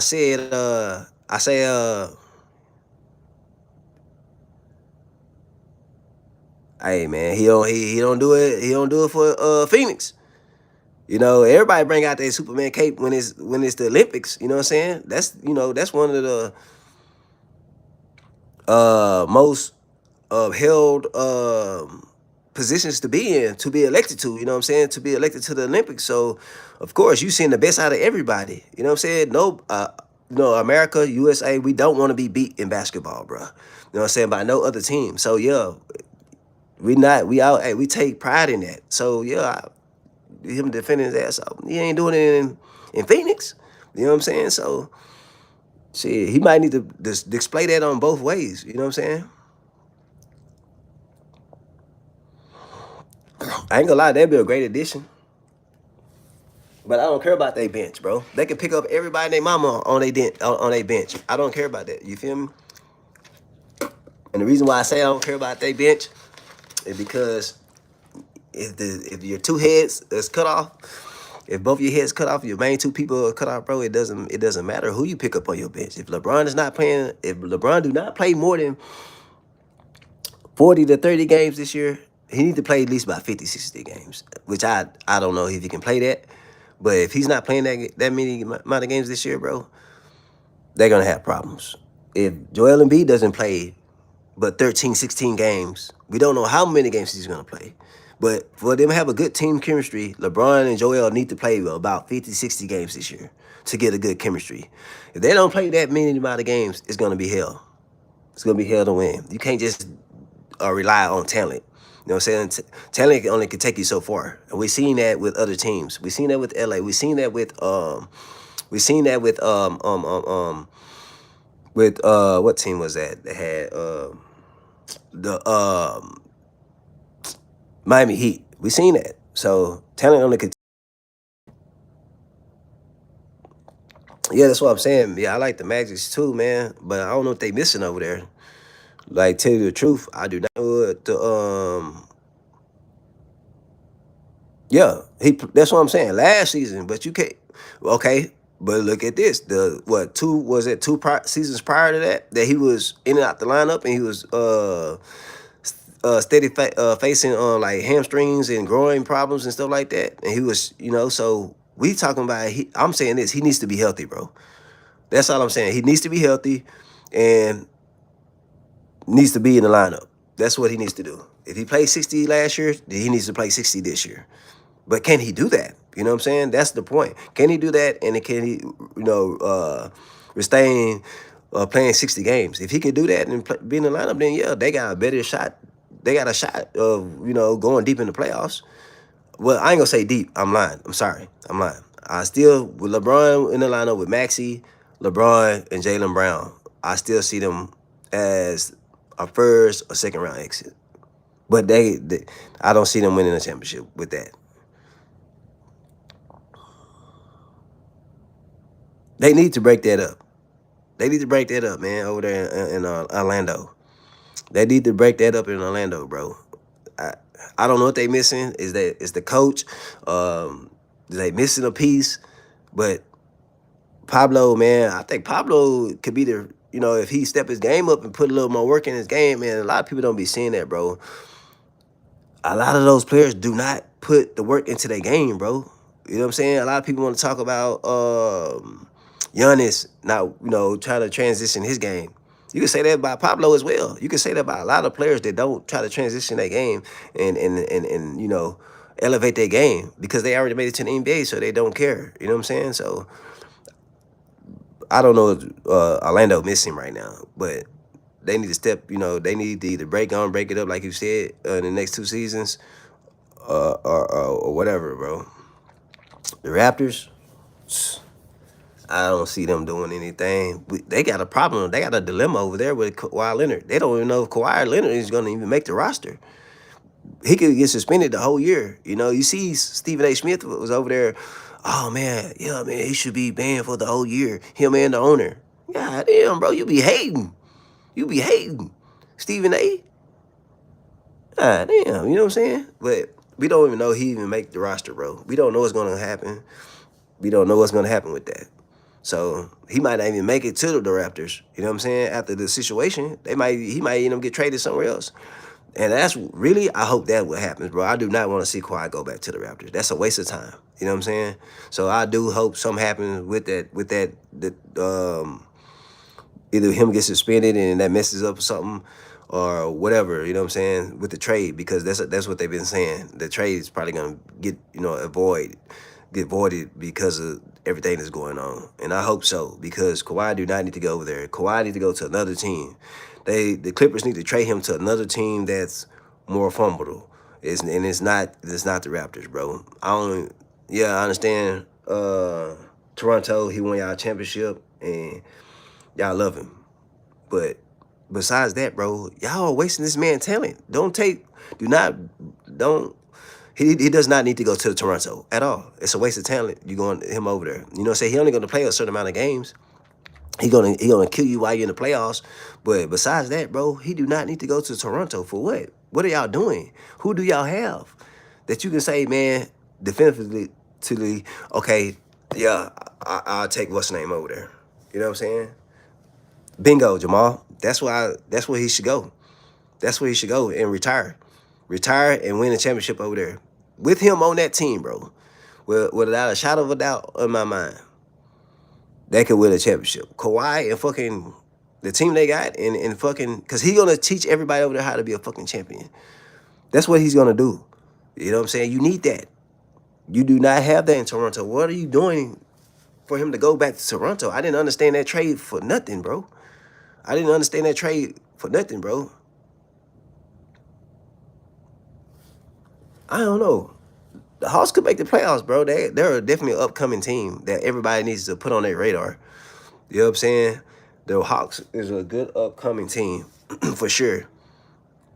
And they probably last year they probably okay, we made everybody all right, we can't be taking the Hawks for what I'm saying, for granted, and think we just gonna run over them. Cause I ain't gonna lie though, they really gave New York Knicks the boost last year. They the team that made the New York Knicks. All right, man, shit, we can whoop anybody. You know what I'm saying? It started in Atlanta, dog, and that's crazy to say. But yeah, they might be an upcoming team. They might be an upcoming team, but playoffs, I don't know. They might make the playoffs. You know what I mean? Eastern Conference ain't that deadly like everybody's saying. They're top heavy, but yeah, I don't see them this, they might make the playoffs, but I don't see them going deep into the playoffs. They might be a first round exit if they do. Make the playoffs. I'm gonna tell you a team nobody really talking about. Washington Wizards. Nobody's talking about the Washington Wizards. You know what I'm saying? Like, come on, man. Nobody's really talking about the Washington Wizards. That might be a team that everybody needs to look out for. You know what I'm saying? That might be a team that everybody needs to look out for right there. Is the Washington, the Washington Wizards. That might be.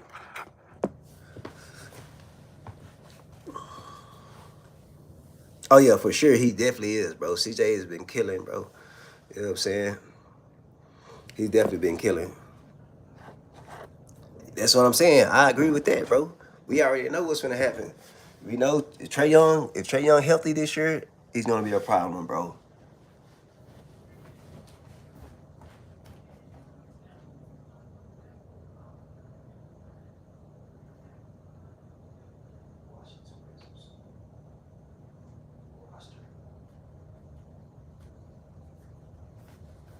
Yeah, you right. The Washington Wizards probably is better than Washington Wizards probably is better than with better than the Hawks, bro. What y'all think AJ gonna do? You think he gonna have a crazy year? He supposed to be the next. He supposed to be the next guy. You know what I'm saying? The next big thing to carry that lead. So what y'all think he gonna do? Y'all think he gonna live up to the expectations? You know what I'm saying? We didn't see some rookies come in there and cause havoc. He could be that type of person, man. You know what I'm saying? But yeah, AJ, and Trey Young, bro, that's gonna be pretty good. That's gonna be a pretty good team right there. They got Alex over there at the center position with him and Anthony Davis. That's the only problem right there. If Anthony Davis got to stay healthy, bro, that's the main problem. Yeah, I was just saying Anthony Davis. He got to stay healthy though. Anthony Davis got to stay healthy, bro, and that's always been his problem. You know what I'm saying? But shit, LeBron wanted him back. So, oh yeah, they got Chris Middleton over there too in Washington. So that's another good pickup right there, Chris Middleton. Oh damn. So you got Chris Middleton over there. I ain't gonna lie, the Washington, everybody need to be on notice. Washington might go deeper in the playoffs. Hold on, man. You got Chris Middleton over there. You got AJ over there. You got Trey Young. You got Anthony Davis. You got DeAndre Ayton. You know what I'm saying? So Washington probably got a pretty good team over there, bro, that people just ain't really looking into like that. You know what I'm saying? So they probably for the Eastern Conference anyways. You know what I'm saying? So Eastern, Anthony Davis. Yeah, Anthony Davis always hurt, but you got a backup center though. I mean, you got some centers over there could start if Anthony Davis. Anthony Davis don't even have to play the five, bro. Anthony Davis could play the four because you got DeAndre Ayton. DeAndre Ayton's over there as well, so you could put Anthony Davis at the four and Ayton, DeAndre Ayton at the five.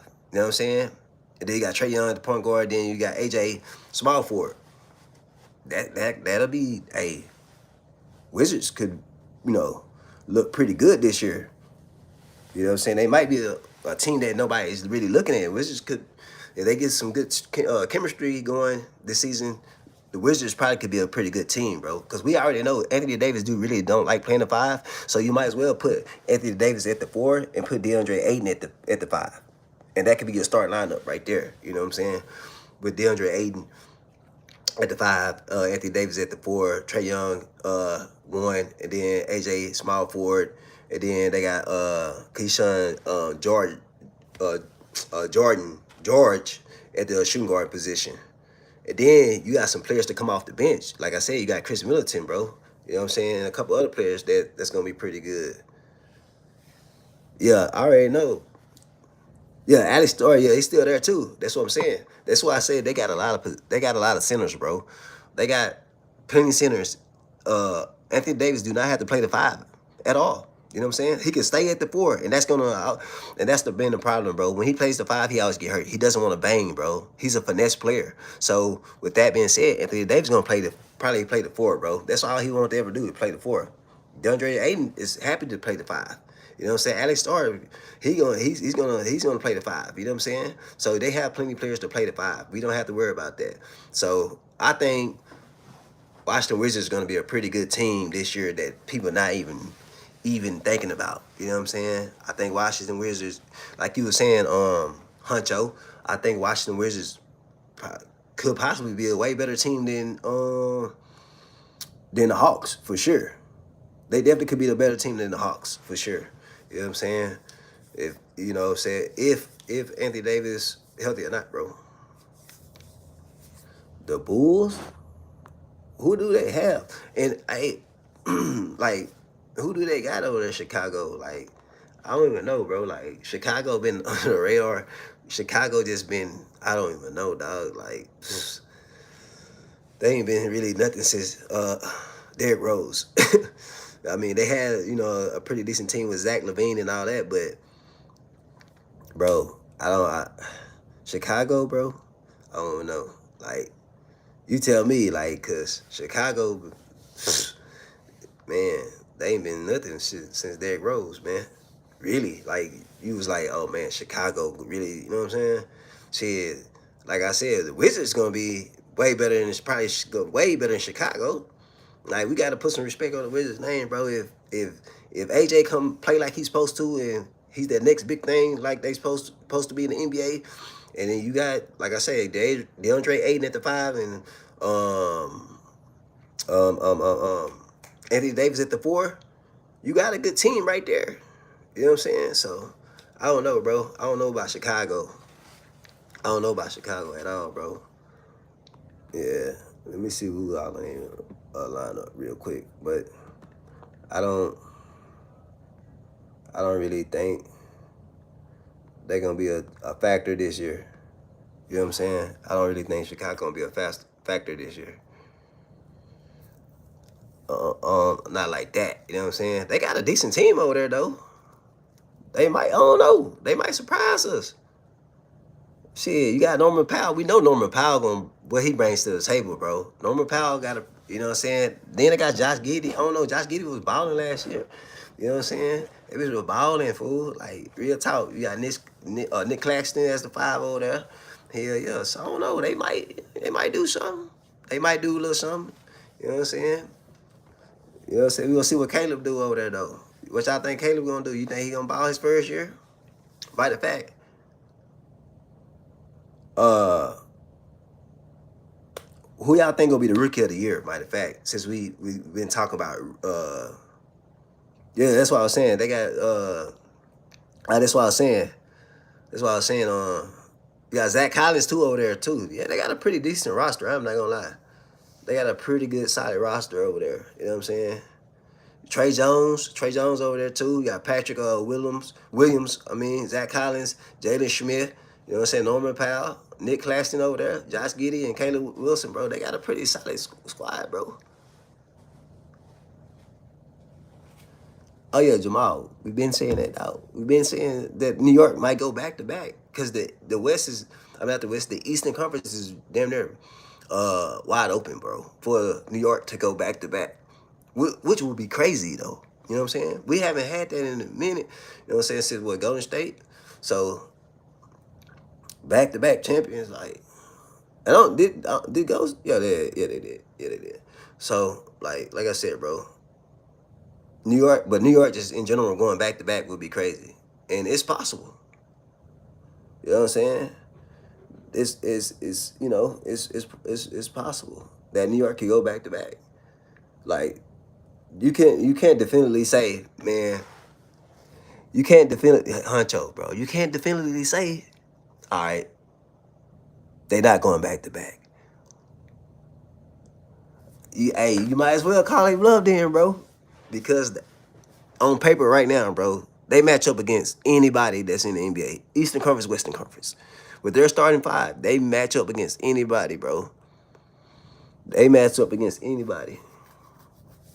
Yeah, Dallas, I've been saying Dallas going to be pretty decent. But shit, it's only Kyrie and Cooper Flag over there, bro. Klay Thompson is not himself anymore. Um, yeah. I still don't.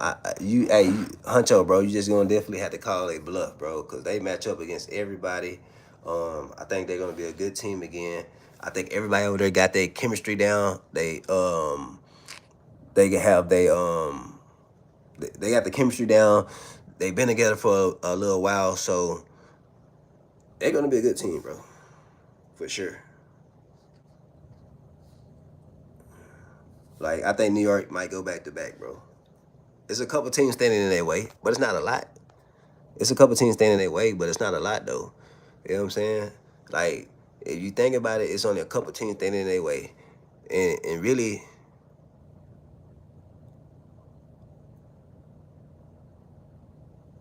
which one? Which one?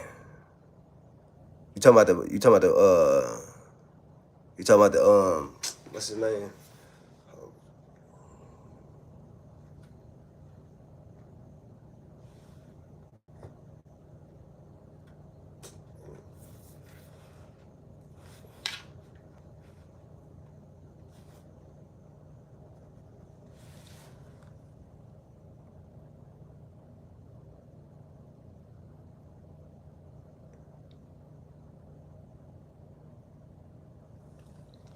What? Bro, what the heck? What is he talking about? Memphis, bro. Memphis is another team I'm not too sure about.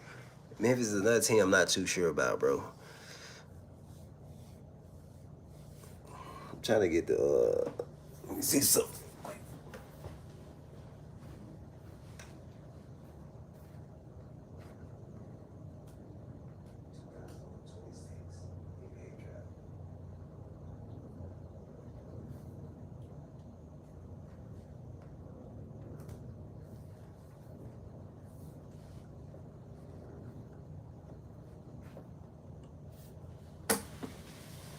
Memphis, yeah, I don't know about Memphis, bro.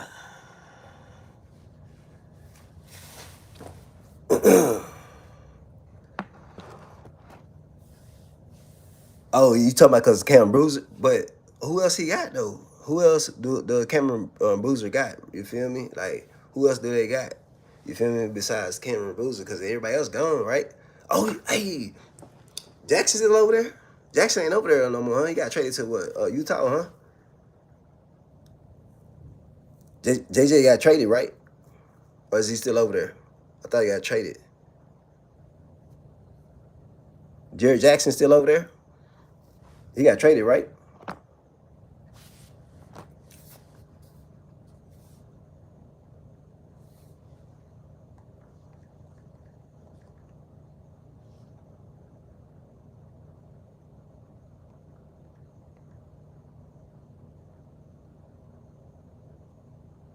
Yeah, he at Utah. So who they got? Jared Jackson got traded. You know what I'm saying? Jared Jackson got traded. You know what I'm saying? So yeah, he on Utah. So that's what I'm saying. So I don't even know what I don't know what I don't know what Memphis gonna do.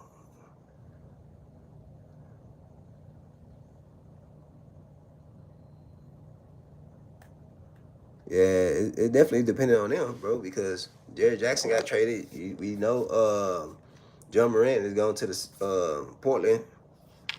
So we'll see, man. I don't know about Utah. Utah always been an iffy team. Yeah, Peterson, whatever. We'll see, man, what he'll do.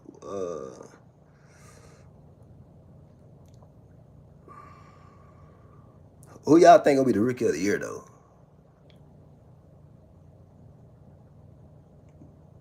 You think it's gonna be Caleb Wilson, Cameron Bruiser, saying Darren Peterson, AJ? Who y'all think gonna be the who y'all think gonna be the rookie of the year?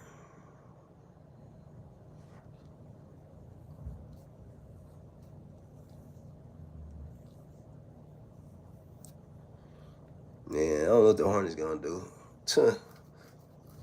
They might need to go. Yeah, Caleb bad boy too, man. Caleb a bad boy too, for sure. Yeah, Bruiser, it's gonna be out one of them probably. Or AJ. Don't sleep on AJ, you know what I'm saying? It's gonna be probably one of them three, bro. You know what I'm saying? For sure.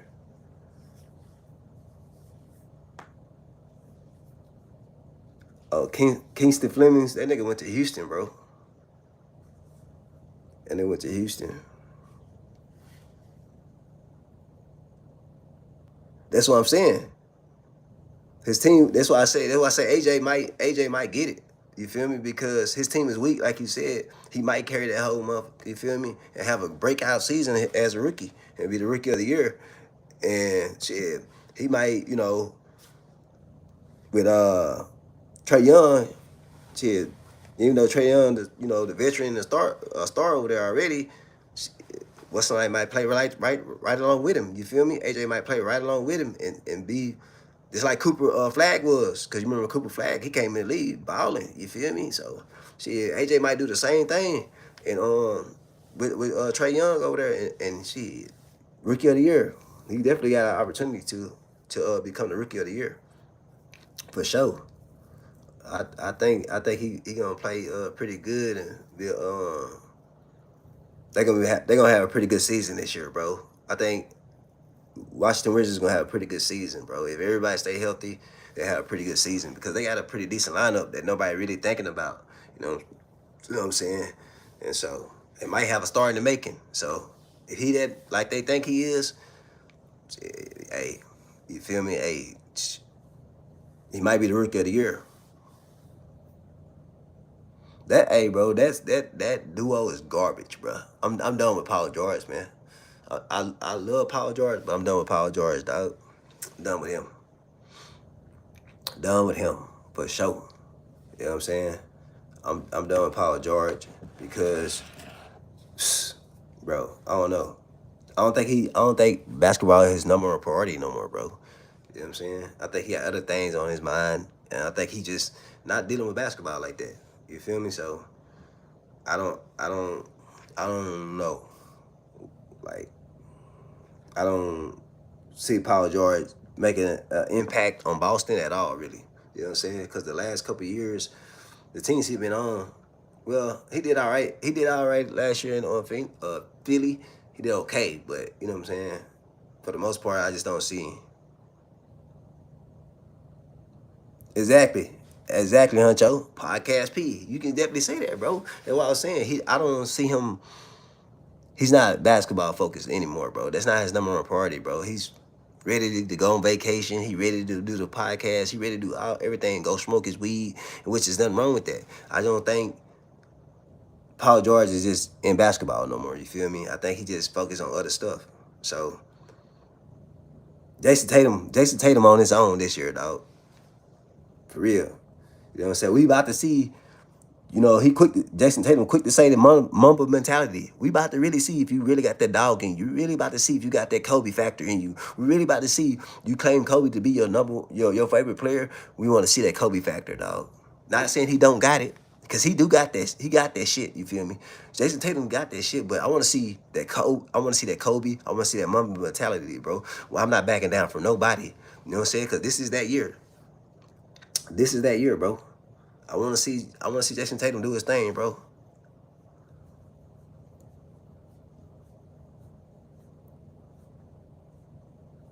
Mitchell Robinson, I thought he got traded. I thought I just seen him somewhere else. Yeah, I think I just seen Mitchell Robinson to another team, huh? Yeah, I think Mitchell Robinson got traded, man.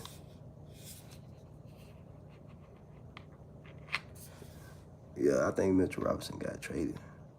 But yeah, he's still Jason Tatum, bro, all by himself, really. I don't care who else you say or what else, bro. Jason Tatum gonna be over there by himself, you feel me? But who else you got though? Like he ain't like, you know what I'm saying? Like beside that, like I, Jason Tatum gonna have to really carry that team this year, bro.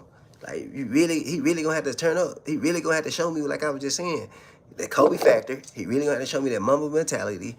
Like, and hey Jamal, bro, that's never gonna happen. That Paul George in Indiana, that's over with. That came and went. That nigga was so nice. He was cold then. I ain't gonna lie to you. You feel me? But that's over with. You feel me? We'll never see that Paul George again. But it's just Jason Tatum, bro. That's gonna be a good matchup right there, though. Y'all think Jaylen Brown gonna go after Tatum? Y'all think Jaylen Brown gonna go after Tatum when he see him defensively and offensively? You think he gonna get him on both sides of the ball? What y'all think about Jaylen Brown and Jason Tatum, bro, when they see each other this year? It's gonna be some hell. Me personally, I think they never liked each other from the beginning. I don't think they never really liked each other from the beginning, bro. They just making it work and end up winning that championship. But I don't think they really liked each other. You know what I'm saying? I think Jason Tatum, I always think he was better than what's the name? The Jaylen Brown. And also I don't feel like Boston really respected Jaylen Brown and you know showed him love like they showed Jason Tatum love. And that's another thing, you feel me? It's kind of like it's crazy though. He got drafted by those for Boston, and Boston never really showed him the love and respect like they showed Jason Tatum, which is crazy.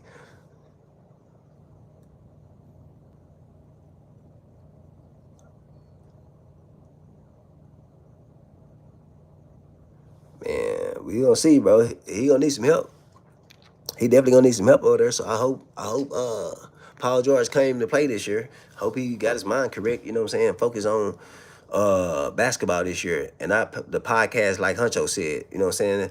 Focusing on not going on vacation and all this other stuff besides basketball, bro. So we'll see, bro.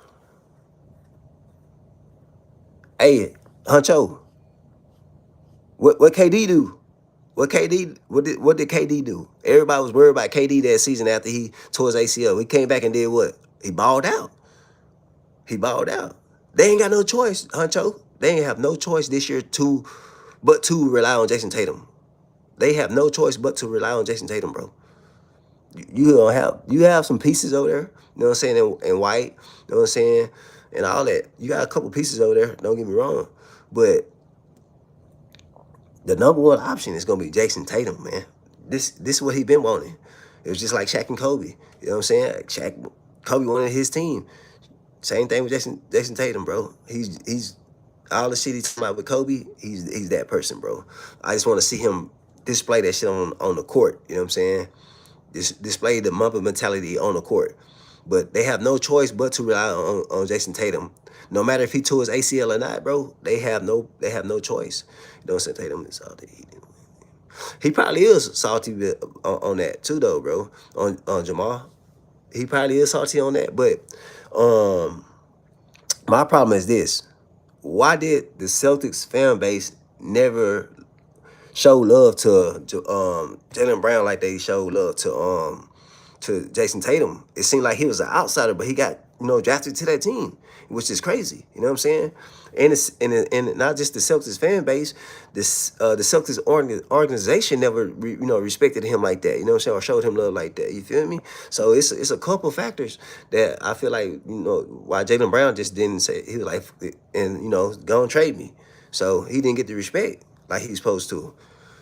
The Celtics have Peyton. Yeah, I know.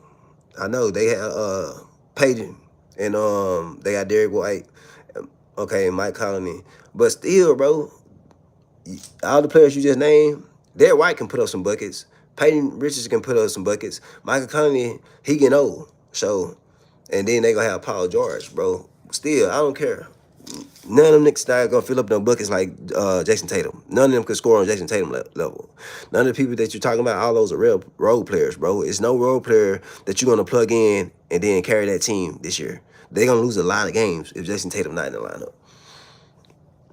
It's actually really see this year that Jaylen Brown was exactly, Huncho. That's what I'm saying. They're gonna see Jaylen Brown. I ain't gonna lie. Jaylen Brown might have a good year, bro. I never denied that. I think Jaylen Brown gonna have a good year. Only thing around Philly, I just feel like LeBron and Embiid. But I feel like Jaylen Brown gonna have a great year.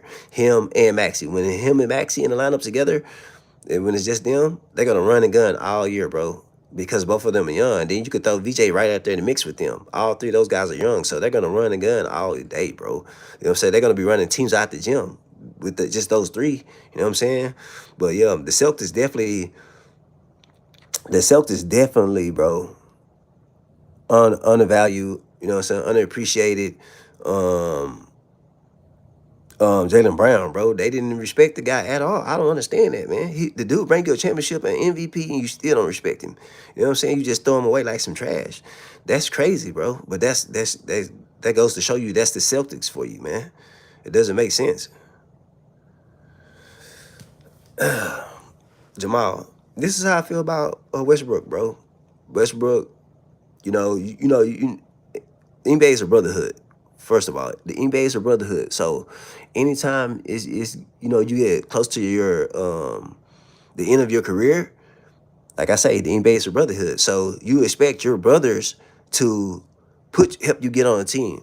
You know what I'm saying? And they did that in some sense or form or the fashion. They did that. They helped Westbrook get on teams. But Westbrook had opportunities to go to two other teams before he retired. He just didn't want to go there. I think one of was the Kings, and I forgot the other team. He didn't want to go. So you can't make a person not go to the team if hey man, we'll take you. He wanted to go. You know what Westbrook wanted to do? Westbrook wanted to go to a team competing for a championship, bro. But nobody wanted him on a team like that. You know what I'm saying? Or the teams that are competing for a championship, they already got their players. I got a question for you, Jamal. Do you think if the Heat's organization reach out to Westbrook, will he be a factor in helping that team, or will he be a hinder if the Heat reach out to Westbrook? Will he help the team, or will he hinder the team? Either or. You know what I'm saying? Which one do you think? Because he had opportunity. I feel like the reason why nobody picked Westbrook on a championship team is because they know he comes with problems, bro. Every year he came with problems. You know what I'm saying? Yeah, he's a good player on the court. He can put up points. He can assist. He can rebound. He can do all those things. But he's a problem. You know what I'm saying? Attitude wise, ego wise, and he messes up the game flow when it comes to offense. You feel me? Like offensively, he messes up the game flow. He takes way too many shots when he's not the star anymore. You know what I'm saying? He did that um when he was on the Nuggets. You know what I'm saying? And he did that when he was in on the Rockets. So it's like you're not the same Westbrook. You know what I'm saying? Like as far as scoring. And you was never a great scorer. You know what I'm saying? You can get to the rim. That was his best attribute right there. You know what I'm saying? He's not doing that as much as he used to be.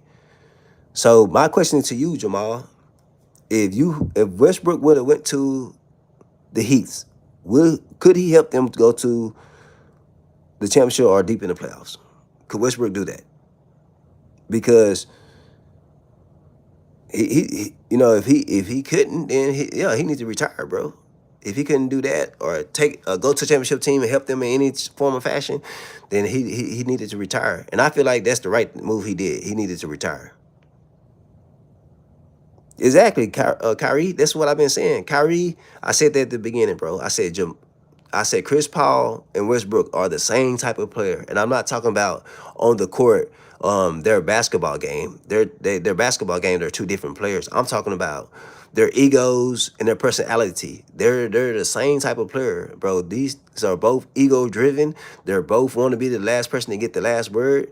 They're a cancer to the locker. Both of those guys was like cancers to their lockers, bro.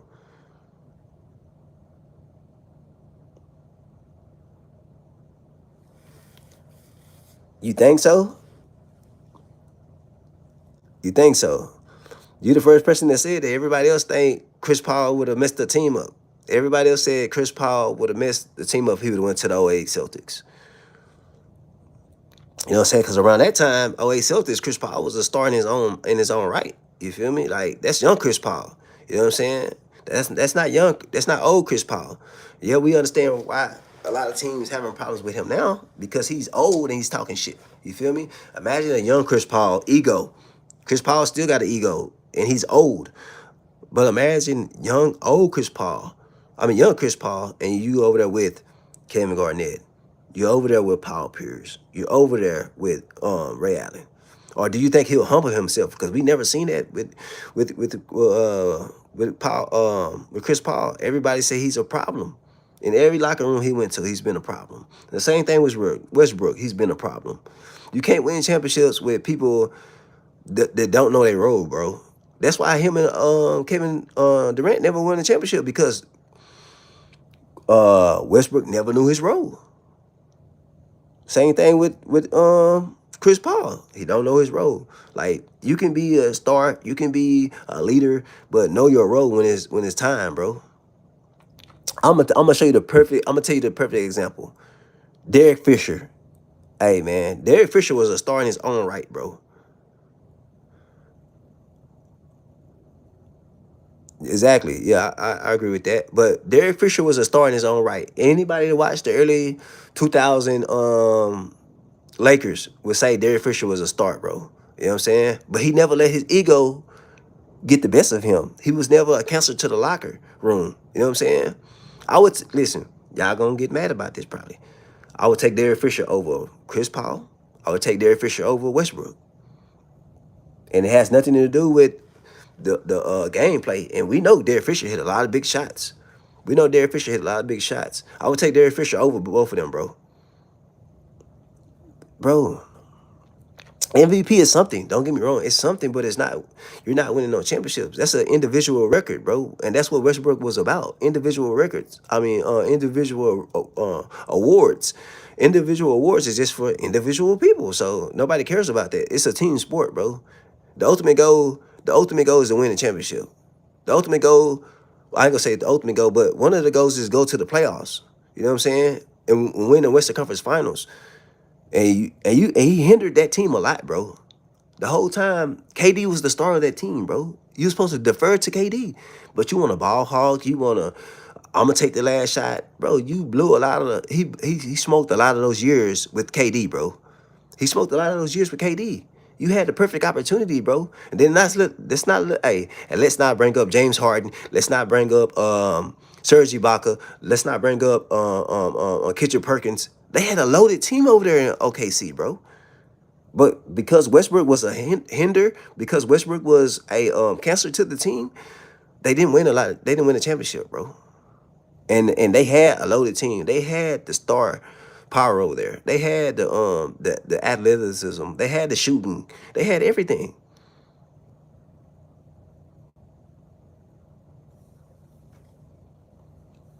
That's what I'm saying. That's what I'm saying. That's why I said I would take Derek Fisher over. I would take Derek Fisher any day over Chris Paul, and I would take Derek Fisher over Westbrook any day. Any day. I'm sorry. Y'all probably be like, what? You taking Derek Fisher over Chris Paul? You taking Derek Fisher over Westbrook? Yes. Because sometimes the point guard has to know his role on the team. Even though you're a star, bro, sometimes you gotta sit back. Take care of the ball, make the right reads, and do your thing, bro. And Derek Fisher hit a lot of big shots, won a lot of games for the Lakers. It's a lot of times the Lakers are on, could have lost the game, and we seen time and time again, big shot, bow, big shot, bow. And that's what Derek Fisher did, bro. That's what he brought to the table. And he didn't ever let them big shots that he hit and help them win championships, overfool his ego. You know what I'm saying? Some people, like Chris Paul, like Westbrook, they let the awards, they let certain things that they accomplish, diminish the locker room. And that's what Chris Paul did. That's what Westbrook did. So on that situation, I'm out, you know what I'm saying? I might have to, go and create a segment on that with Chris, who are you gonna choose? Chris Paul, Derek Fisher, and Westbrook. You know what I'm saying? Because that's a bad month right there. I just thought about old Derek Fisher, man. You gotta, if you didn't see Derek Fisher play, bro, you should have. Hey, you should go check his highlights out, bro. You know what I'm saying? Like I said, bro, I'm taking Derek Fisher over both of those guys, man. But back to your question, he made the right decision, bro. Westbrook made the right decision to retire. You feel me? He made the right decision. Like, is nobody wanted him on the championship team. No competitor team, contending team wanted him. You know what I'm saying? And the crazy part about that, you would think like OKC would, welcome him back so he can have a full world tour. You know what I'm saying? But they didn't do him like that. So all the stats, all the accolades, the MVPs and stuff like that, the triple doubles records he broke, they didn't give a fuck about that. You know what I'm saying? You know what they cared about? And I'm gonna tell you this.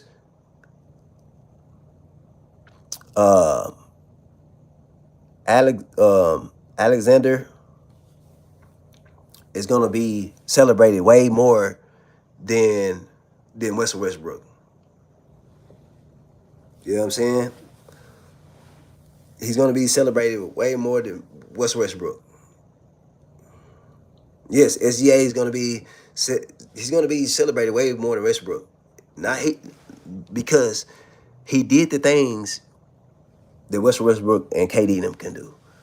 And I'm not but see, if you look at it though, everybody thinks it's gameplay. It's not about the gameplay. It's not about the talent all the time. It's about bringing your team together. It's about team chemistry, because you can have all the talent in the world, and if you don't have team chemistry, you're not building consistent that team balance, you know what I'm saying?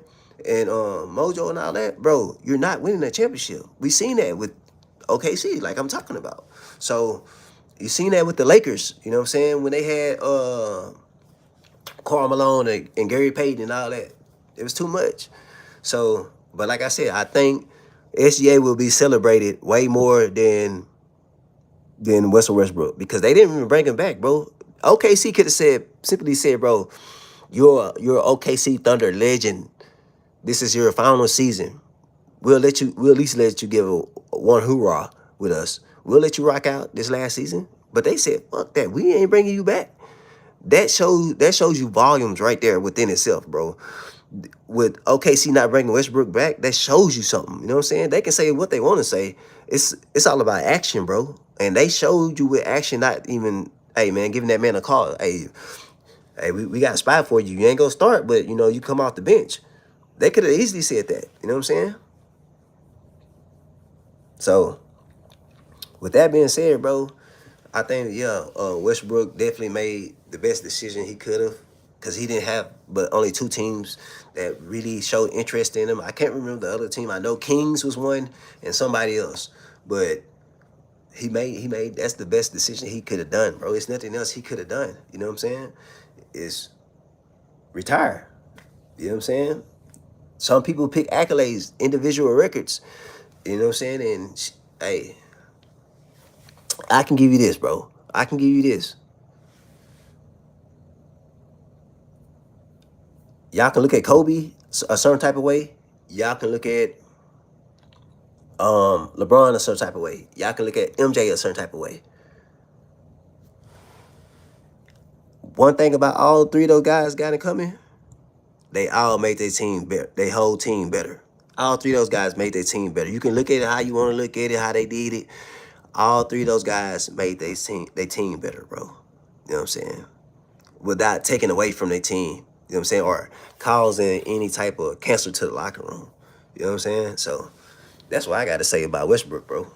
For real. Like, I don't have nothing else to, I don't have nothing else to say, bro. And Cal, bro, how if you look at what I just said, Cal, that's the reason why I wouldn't put Chris Paul with the '08 Celtics. With all I said right there, I wouldn't put Chris Paul with the '08 Celtics and saying they would automatically win the championship. You know what I'm saying? I ain't even talking, and I'm not even talking about health wise. I'm not talking about Chris Paul being healthy. If you trade the '08 Chris Paul and '08 Rondo, I still don't think they win the championship because of Chris Paul. Because we don't know. We're not talking about health. We're talking about him being a cancer to the locker room. We're talking about his ego. We're talking about, you know what I'm saying, he'll not shut up and just do his job. You know what I'm saying? That's what I'm talking about. Because that plays a major factor. You know what I'm saying? And I just spoke on that with Westbrook. So if you think about it, you had the Celtics already had problems over there with Ray Allen, Kevin Garnett, and Paul Pierce. That's why Ray Allen left the Celtics, because they wasn't all getting along like that, bro. It was too many. It was those three stars. It was too much. You know what I'm saying? Now you add Chris Paul to the mix. Rondo wasn't a problem with those guys. Rondo got along with everybody for the most part. You know what I'm saying? Only time Rondo really got mad is because Ray Allen left and went to Miami, and that's the only reason why Rondo was mad at Ray Allen, because he went to Miami with LeBron. You know what I'm saying? That was a rivalry, and so that's the only problem he had. But all those guys got along together. You know what I'm saying? And Rondo knew his role. You add Chris Paul ego and you add Chris Paul to the '08 Celtics, it doesn't guarantee them to win a championship, because we know Chris Paul has been a cancer to every locker room he's been to. So you add him to those egos, I defer. I think they don't win the championship just because on that alone, bro.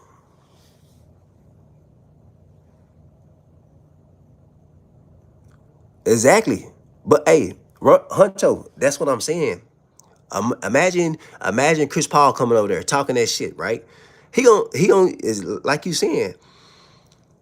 uh, KG would have gave goddamn Chris Paul the Jordan Poole treatment. You feel me? Cause we know Chris Paul got a mouth on him, bro. Patrick Beverly don't get along with Chris Paul. Rondo didn't get along with Chris Paul. A lot of players did not get along with Chris Paul, bro.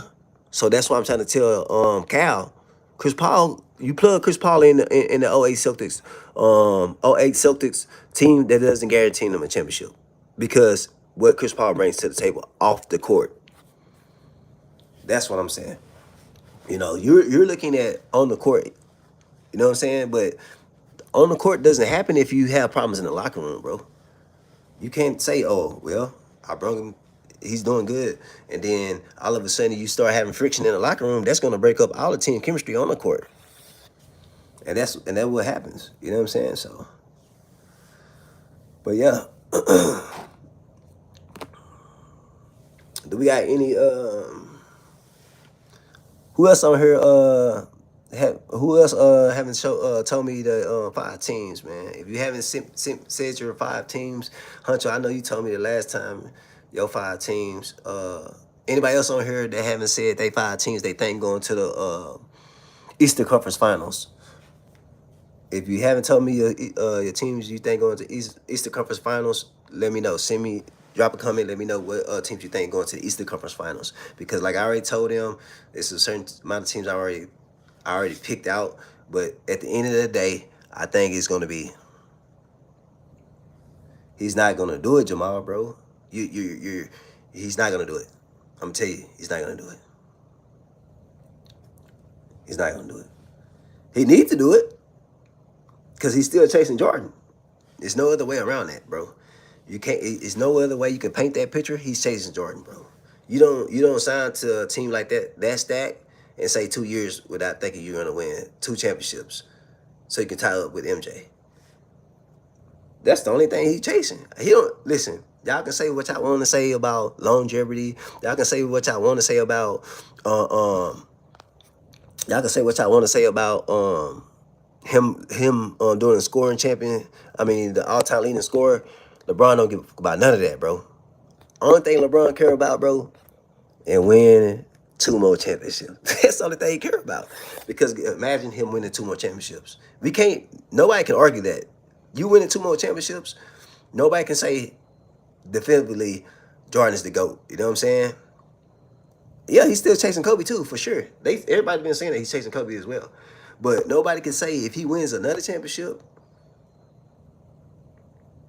that, okay, MJ, or Kobe, y'all the GOATs. You feel me? Because now LeBron got 5. Now LeBron has 6.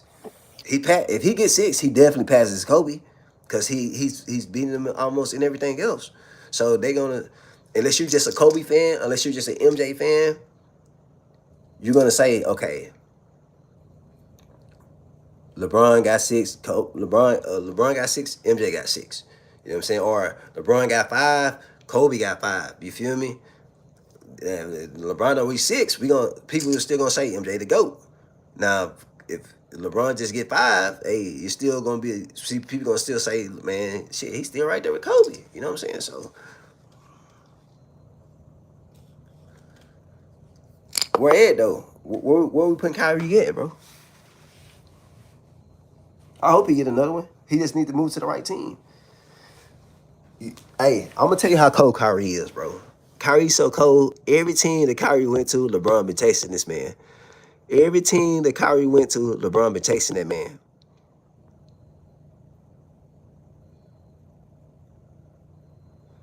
Cause nobody looked at him like that, bro.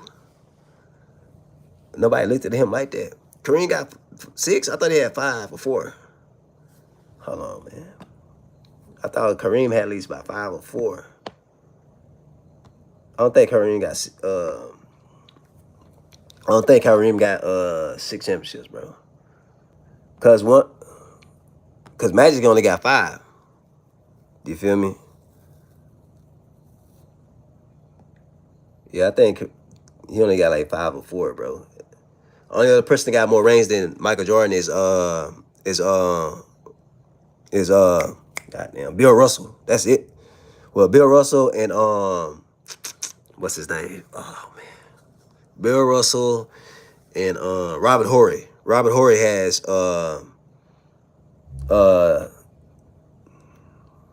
Robert Horry has 7 rings. You feel me? But let me check. 19. Yeah, you right. But, hey man, a lot of people, some older people do say that he is. A lot of older people do say he is. Like they put him up there, but they don't put him above MJ. You know what I'm saying? And then you gotta understand. I'm gonna tell you why people didn't. I'm gonna tell you why people don't say he the GOAT. I'm gonna tell you why. Because everybody knows when Magic came, Magic took over, bro. Kareem was not a factor in one in the game. He in the championship they got hurt. He got hurt. So you can't say that. And you want the main guy. You feel me? He was not the main guy, bro. Jamal. That's why people don't consider him to go. Yeah, he got a ring, but was you the main guy when they got one of them? The last two rings? No, you was not. You know what I'm saying? By the time Magic came, Kareem wasn't the same person. You feel me? So you gotta say that's right there. That's what put MJ over Kareem. You feel me? Because Magic was the guy. Magic Johnson was the guy, not Kareem. You know what I'm saying? So you can't say, oh man, shit. MJ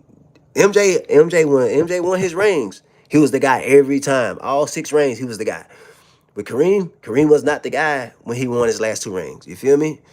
Magic Johnson was. So that's the reason why MJ is over Kareem. You feel me? And most people books. You do have some old heads that say, man, Kareem over, you know what I'm saying, my GOAT, which is cool. I can't argue that, but if you look back on it, MJ was the guy every time when he won his rings. He wasn't okay, second fiddle. You feel me? Yeah, he had Scotty, but he wasn't second fiddle. Kareem was second fiddle to Magic, bro, when they won them last couple rings. Yeah, Huncho, bro. If Kyrie go to Miami, it would be over with, bro. I would love to see Kyrie go to Miami. They definitely could win the championship then for sure, man. If Kyrie can go to Miami, shit. Bro, you can put out of these 3 players, bro, and you can damn near say Miami win the championship. If you take Kyrie over there and he stay healthy, Miami can win the championship. If you take Drew Holiday over there, Drew Holiday, like I've been saying, Drew Holiday been oozing with offense on the offensive side of the ball, bro, and we know what he brings to the defensive side of the ball. So Drew Holiday, Kyrie, or Damian Leonard to the Miami Heats, you gonna clock that ticket, bro. You feel me? So, you know what I'm saying? So, I would love to see any one of them go to Miami Heats.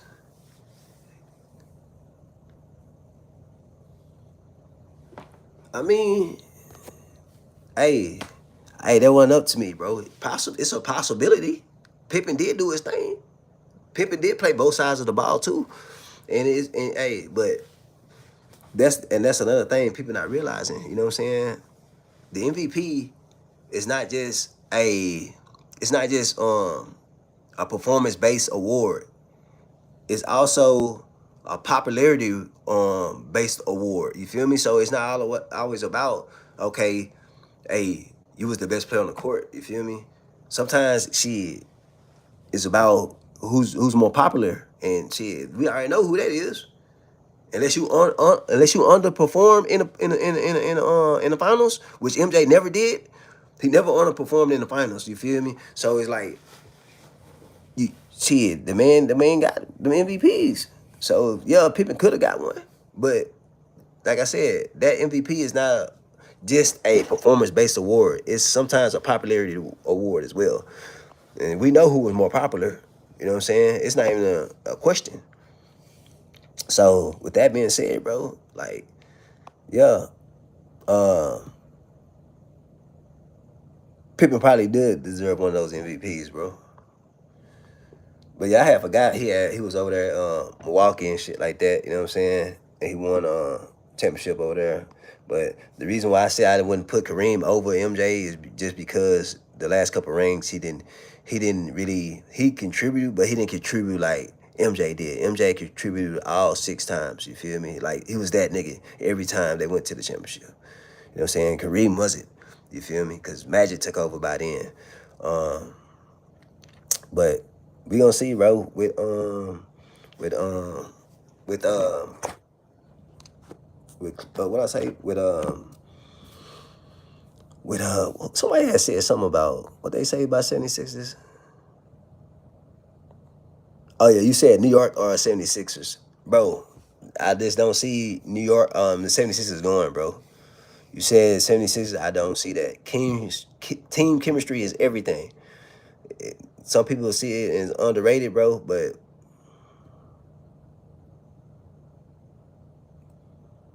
without Pippen, I still see that nigga at least with four for sure, bro. He was that competitive, you feel me? I feel like he owned the league. When his area, listen, and the reason why I respect Mike, bro, I've never, the years I've watched basketball and I've been watching basketball for a minute, I've never seen somebody as dominant as Michael Jordan was on both sides of the ball. A lot of people don't want to give Mike his defense, but you can't win all those defensive wars if you wasn't a, you know what I'm saying, he wasn't a defensive presence. You feel me? It wasn't his fault that they drafted, Scotty to that team. You know what I'm saying? They both got drafted to that team. You feel me? They didn't get traded to that team. Both of them got drafted to that team. So I still think he would have probably won for sure four. You feel me? Because he showed. I wish Scotty would have retired and then MJ would have played by himself once MJ reached his peak. Because once MJ reached his peak, MJ was balling his rookie year, bro. Go check his stats. MJ was balling his rookie year. So MJ would have reached his peak, you know what I'm saying? And Scotty would retire early, bro. I think MJ still would have, you know what I'm saying? Yeah, he never won without Scotty. But I feel like if he would have, that's when I feel like if Scotty would have, MJ would have reached his peak and Scotty would have retired, I think MJ would have won about four rings, bro. But we never know because we never got to see it. You know what I'm saying? They made sure they worked. That's one thing I can say. Everybody want to break them two apart, bro. Them two got drafted to the team. Them two understood the bigger goal. You feel me? And a lot of people don't understand the bigger goal. They did. They can talk noise now all they want to. You know what I'm saying? Because Scotty feel like he deserved more recognition. He does. You know what I'm saying? But he had his opportunity to win one without MJ a couple times, quite a few times. It never went the same, bro. And then a lot of people not even putting this into factor. It wasn't just about Scotty and MJ. They had a great team, a lot of great role players, and they had one of the GOATs of all time, Phil Jackson, bro. You know what I'm saying?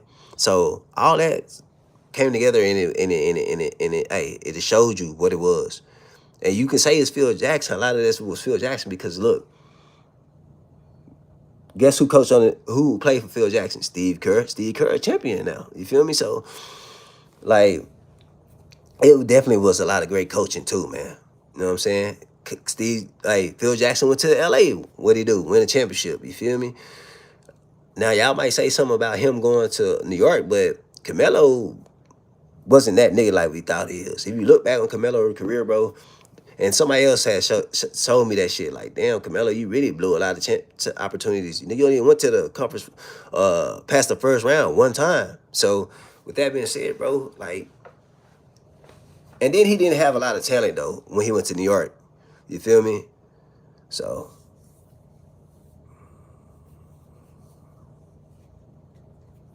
hey, but listen, and I'm glad you bringing that up. Okay, one of them was when they went to the Bulls. He was still on the Bulls, right? And I think the other team he was on Trailblazers.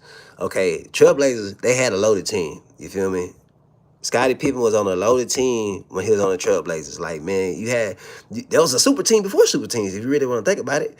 You feel me? So that was a super team, and they didn't win no championship. So that right there shows you're not that guy. You're good, but you're not that guy. You're not him. You know what I'm saying? So that's one. Number two, and they're saying this is what's been said, and I can post this on my page. The year that MJ supposed to retire, bro, Scottie Pippen, MJ, the whole Bulls organization, MJ was still coming to the to practice, bro. and practicing with Scotty and everybody and telling them boys, hey man, y'all gonna do good, da da da da. He was still leading them, bro. Even though he didn't play that year, the time he went to they went to the conference finals you were talking about on Chicago, MJ was still there. He just didn't play. You know what I'm saying? He was in another sport, but they said he was still practicing and everything. So his morale, his aura helped that Bulls team get there, bro. But guess what? Him not being on the court what cost them, bro. So I feel like Scotty, yeah, deserved a lot of more credit, but he was not MJ. You feel me? Like that's just what it was. It's facts. You feel me? Like he was number two. Just like you could say that with a lot of other players. You feel me?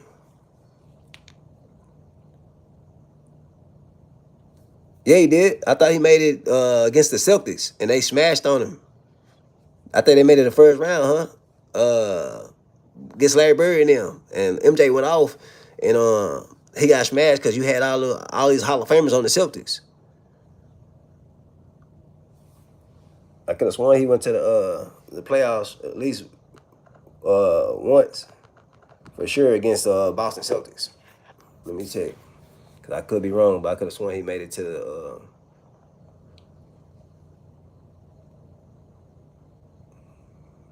Yeah, for sure. I count the Wizards. Yeah, the Wizards gonna have a good team.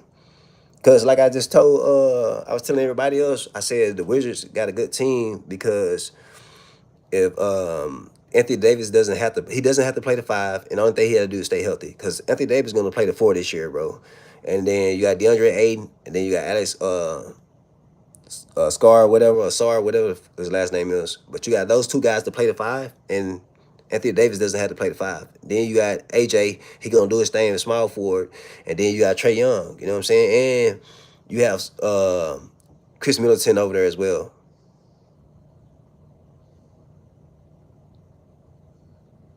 Respect to MJ.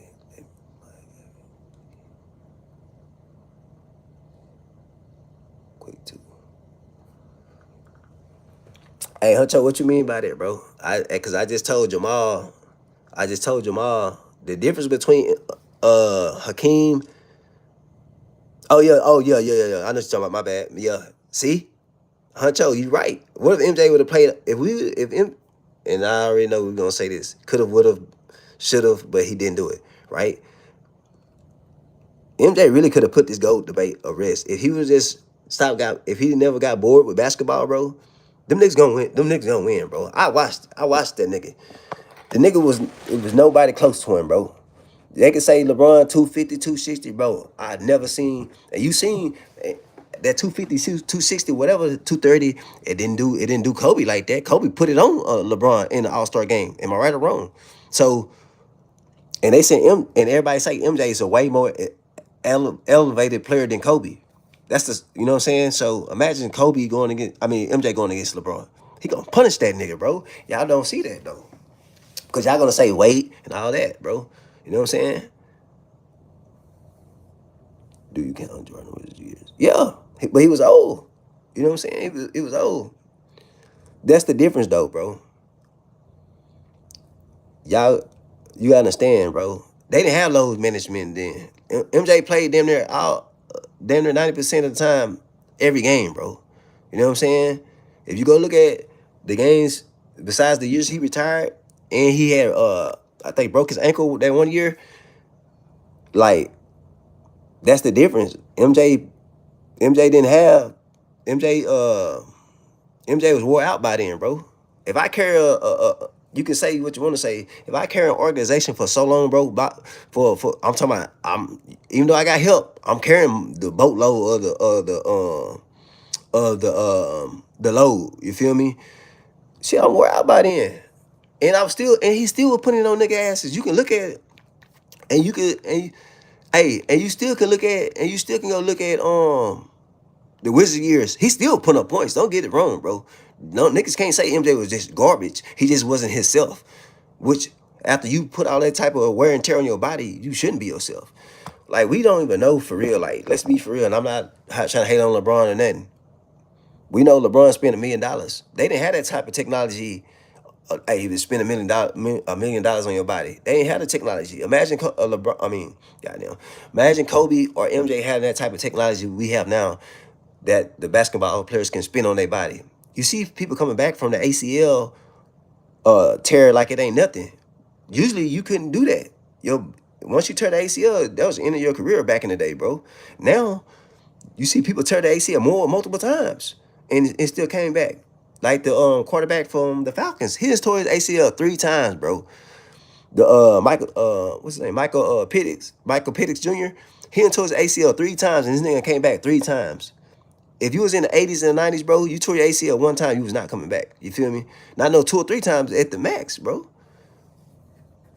And I agree with you, Huncho. For sure, he would have won 7 or 8 rings, dog. Jordan would have won 7 or 8 rings, dog, for sure. But if you look at Jordan's career in the Wizards, nigga was still giving boys hell. He still was giving boys hell. You know what I'm saying? But that was a new that franchise didn't really have shit like that. You feel me? And when that like a new expansion team right there, if I'm not mistaken. When did the Wizards come in? Cause I knew they was like they've been in the league, but they had got traded around and shit. You know what I'm saying? Cause it or was they cause the Wizards wasn't the Wizards originally, bro. If we go back and look at history, you know what I'm saying? Let me see. Let me tell you something. I'm gonna look and see um what year did Washington become the Washington Wizards? That's what I want to know because um I don't know what year did that happen. You know what I'm saying? Call me Brown, bro. Don't bring that nigga up. Everybody on his ass. You see what happened with him and Agent Zero with Gibbs Arenas. You feel me? And Call Me Brown was a number one overall pick, but he didn't play like it, bro. I remember Call Me Brown career. He was garbage, bro. Yeah, I remember they was the bullet. Okay, Baltimore. That's what I'm saying. So they was like a new expansion team that went to Washington, right? So you understand if I go to a team that's a new expansion, that they garbage. This is like when Carolina came to when the Carolina Panthers went to Charlotte. That was they new expansion team. They ain't da da da da. They ain't had no winners before that. Before Cam Newton came. So you expecting? That's like you telling LeBron right now, hey man, you want a team in Vegas, right? Well, we gonna get that team you want in Vegas, but you got to be the starter of the team, and we gonna give you a lot of bullshit players. You feel me? We gonna get a lot of bullshit players on the new Vegas basketball team. LeBron ain't finna try to care if LeBron right. Only way LeBron go to that team probably because he want that franchise. You feel me? But besides that, he's not finna because that's kind of what they tried to do with Jordan. You feel me? Because Jordan was trying to get a team at that time. He was trying to own a team at that time, and basically he thought he was gonna get the team, but they played him. So it's the same thing, bro. Like you can't expect a player at 45 to carry a whole team. You got a bunch of scrubs on there. You know what I'm saying? Kwame Brown did not play. You can't blame that on Jordan that Kwame Brown. Okay, what about Gibbs Arenas? Because Gibbs Arenas said he was trash too, and that's after Jordan left. So you can't blame Jordan for that. If you that's just like anybody else a number one overall pick, and you don't play up to your expectations. You know what I'm saying? They gonna be like, shit, you blew it. You a bust. You know what I'm saying? That ain't got nothing to do with Jordan. And Kobe Bryant never brought up Jordan, bro, and talked bad about him. He talked bad about Gibbs Arenas. He the one said Gibbs Arenas the one who messed his career up. That's the main person he always talk about. If you go back and look at their beef, he's always talking about Gibbs Arenas. He was like throwing slugs on him, throwing salt on him and stuff like that, and saying that Gibbs Arenas the one cost him his career. So, like, it was really Gibbs Arenas, not MJ. MJ ain't had nothing to do with that.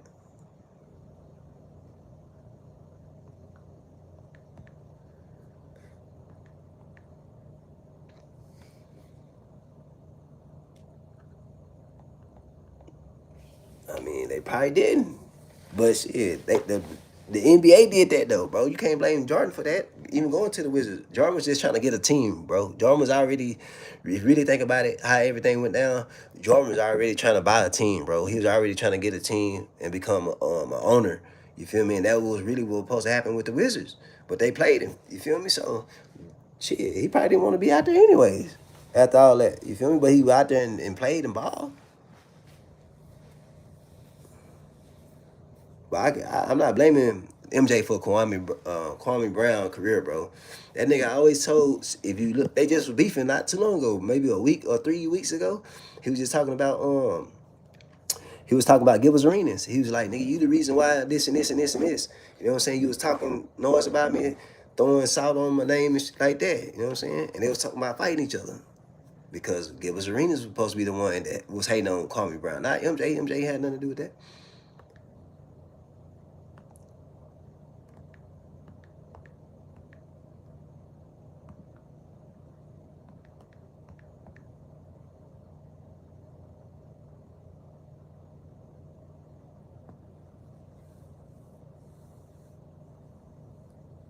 So yeah, that's what I'm saying. They rebranded.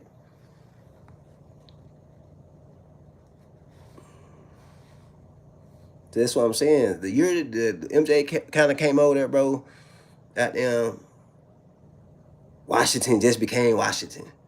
Washington wasn't Washington then. So people, they don't even bring that up. No, people don't even bring that up. You know what I'm saying? Because for first of all, them niggas was the Chicago Pacers. After that, they became the Chicago Zephyrs, Baltimore Bullets, Capital Bullets, then Washington Bullets in 1997. You feel me? And so 1997, shit, what was MJ last year over there? Like 97, 98? You feel me? So like, come on, bro. Oh yeah, yeah. I remember that shit. That's why the nigga was no longer in the NBA because of that same situation. The same situation. I like the Gilbert Arenas. I think he was a good player. But the reason why I don't, I'm gonna tell you though, I ain't gonna lie. Some things I do not respect about Gilbert Arenas because, and if you remember this game, it was one game that him and LeBron played each other, and you can give LeBron all the credit you want to, and LeBron had a lot of great highlights and a lot of great games. I ain't gonna lie to you, but this one of my stick out games and stick out moments, bro. If you remember, Gilbert Arenas had went to the free throw line and he was about to make a free throw, right? He was about to shoot a free throw. LeBron told that nigga, "Hey, if you miss these free throws, you know the game over. So I'm gonna win the game. We gonna win the game." I don't know if you remember that. He had went to the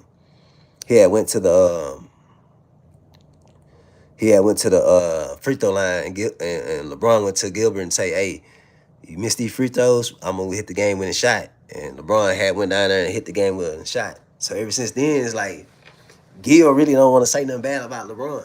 You feel me? Okay, not 2000. Okay, the Wizards just became the Wizards in 1997. So you had 98, 99, 2000. You had 3 years. You had 3 years for that organization just to be the organization, bro. And y'all expect a nigga that's down there 40 to carry an organization. You know you got a whole bunch of trash players.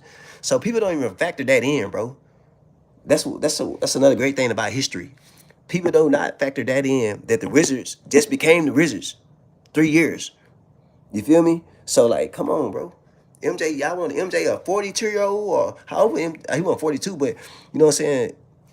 The later decline of his career, y'all want a man that's what? I don't know if he was 37, 38, whatever he was. You feel me? When he went over there. But the nigga was old. And y'all wanted a nigga that old to carry a whole team by himself. It's not happening, bro. Kobe wouldn't have did it. LeBron would have did it. He ain't had nobody. You know what I'm saying? They started getting good players after the MJ left. What year did Jerry Stackhouse come over there? That was after him, right? That was after MJ. They had Jerry Stackhouse, Gilbert Arenas, uh, uh, what's his name? Antoine, not Antoine Walker, Antoine. Damn, what's Antoine last name? But they had all them guys over there, bro. They ain't like, come on, man. Let me see what year that was, bro. MJ had left and they had got like Antoine Walker, Jerry Stackhouse, not just Antoine Walker, but Antoine something, bro. What's Antoine last name, man?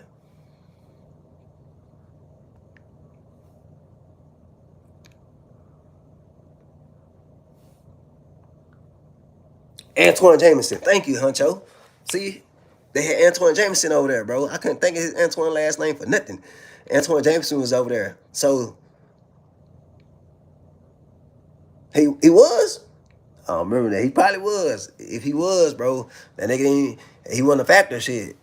If he was, he wasn't a factor. You feel me? Shit. Cause like I said, bro, y'all not factoring in that MJ just had came to a new organization, a new franchise. Washington Wizards was not the Washington Wizards. They had just became the Washington Wizards 3 years, well, 2 years really, prior to MJ coming there in 2000. So MJ was like on a damn near on a team that was just being built, on the franchise just being built. But nobody ever factors that in, bro. You feel me? That's like LeBron going to Los Angeles, uh, to Las Vegas and becoming a player at his age right now, which he didn't want to do. You seen that? It's not me saying it. LeBron did not want to go to a team and have to carry them. He wanted a team that was already stacked up. MJ said, "Fuck it, I'll do whatever." You feel me? So I'm always gonna give the praise to the person that didn't really had to work harder. Feel me? MJ always had to work harder, and he did. MJ had to work harder, and he still did better. So that's the reason why I'm always gonna put MJ over LeBron, bro. The man had to work harder and still win championships. Won more championships. And at the end of his career, he was with a team. Okay, what year? 2000. They said you said it was 2000. MJ came over there, right?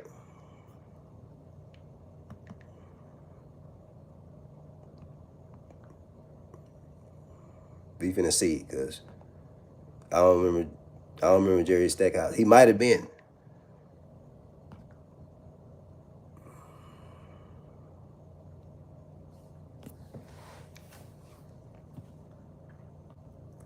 Let me see. John Howard's over there. What Jerry Stackhouse at?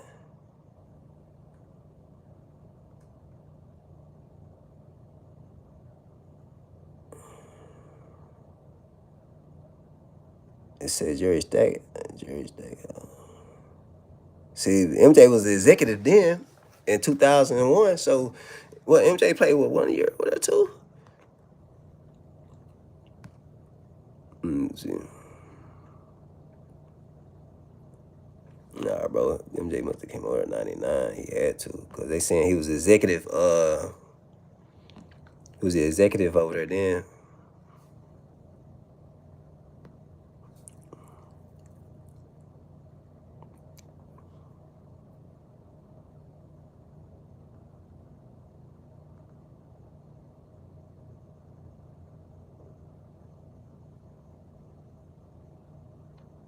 Man, what time? Man, what the fuck, bro? What year?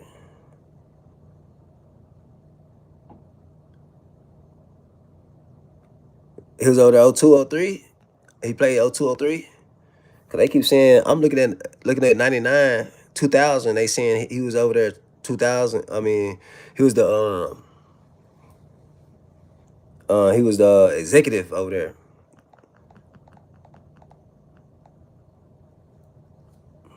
Let me see.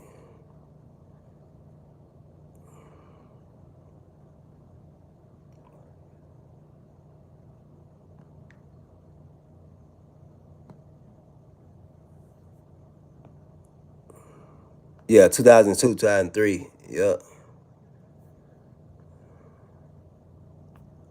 I see that. So he was already like an executive over there already, like 1999, 2000 already, before he played. But see, that's why I was saying they set him up because they were trying to say, okay, we're gonna get the team, but he never did.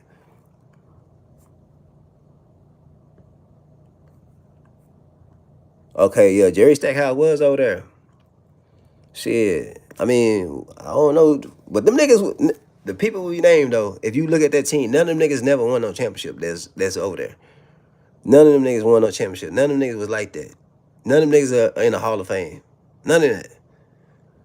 Jerry Stackhouse, nothing.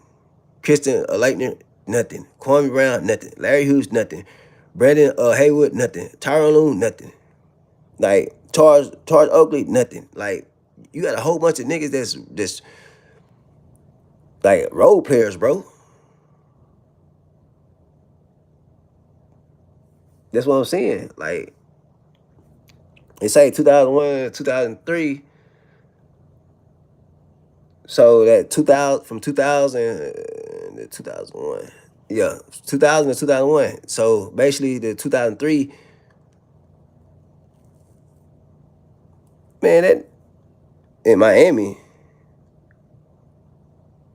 You talking about Christian Leitner won the championship? When? With you talking about the team with Dwayne Wade or something?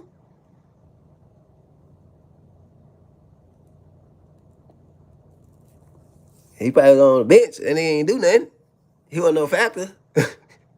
We talking, hey, Christian Leitner had a long career too though, but bro was not a factor like that on that Miami team, bro. Whatever Miami team, because they only won three championships in their whole existence.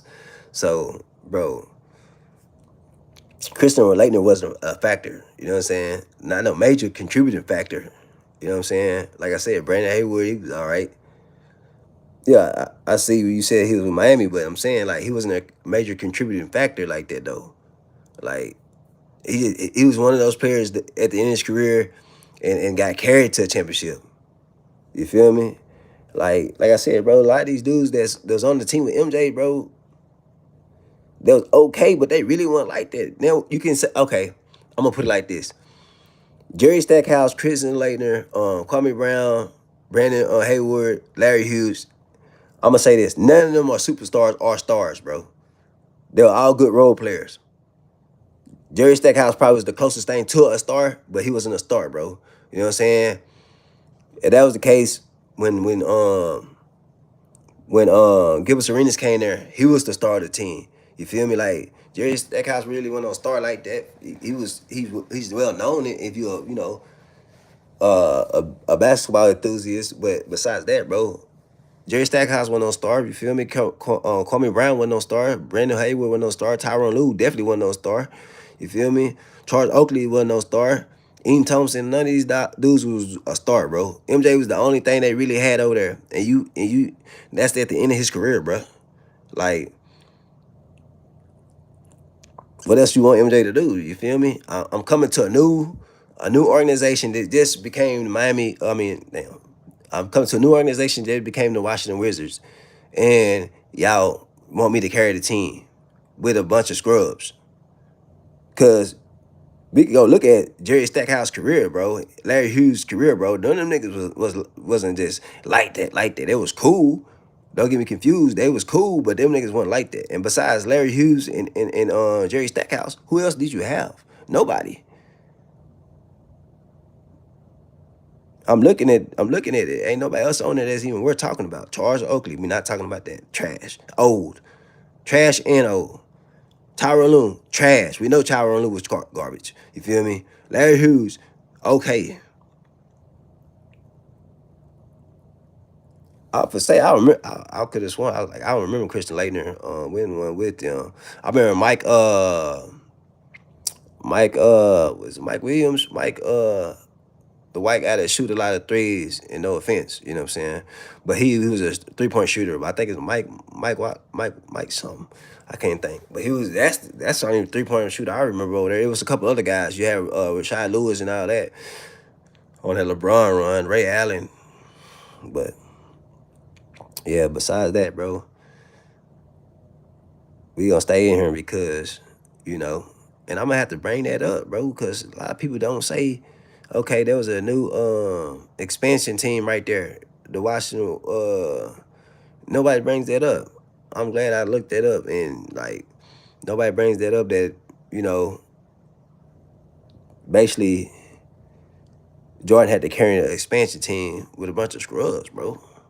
You feel me? Like, come on, man. They just became the Washington Wizards in 2000. MJ coming up 2001, 2002, 2003. Y'all want him to carry expansion team at the age he was? Come on, man. Mike Miller, yeah. Mike Miller, hell yeah. Mike Miller was a bad motherfucker. You feel me? He ain't had no Mike Millers or nothing over there. You feel me? Like, I don't know. Yeah. That's crazy though, bro. Shit.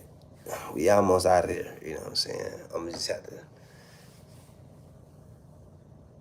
I might just the next topic might be about Derek Fisher. Where do I rank him amongst point guards? Um, where do we rank him amongst point guards? And then I'm taking him, telling y'all I'm taking him over Chris Paul and over Chris Paul and West Westbrook. Oh, be ready, man. Tomorrow for sure. If depending on my schedule, I'm talking about be ready for tomorrow. Yep. Depending on my schedule, but definitely gonna be basketball again. I'm talking about point guards again, and I'm bringing one guy that we kind of talked about already. Well, a couple guys we already talked about already. I'm gonna bring them. Well, the two of them, and well, we already kind of talked about them already. I'm gonna bring all three of them, plus somebody else. I'm gonna put in the mix and see who I could see. You know what I'm saying? Like, all right, boom, who y'all gonna take over these? I just gotta figure out the fourth point guard.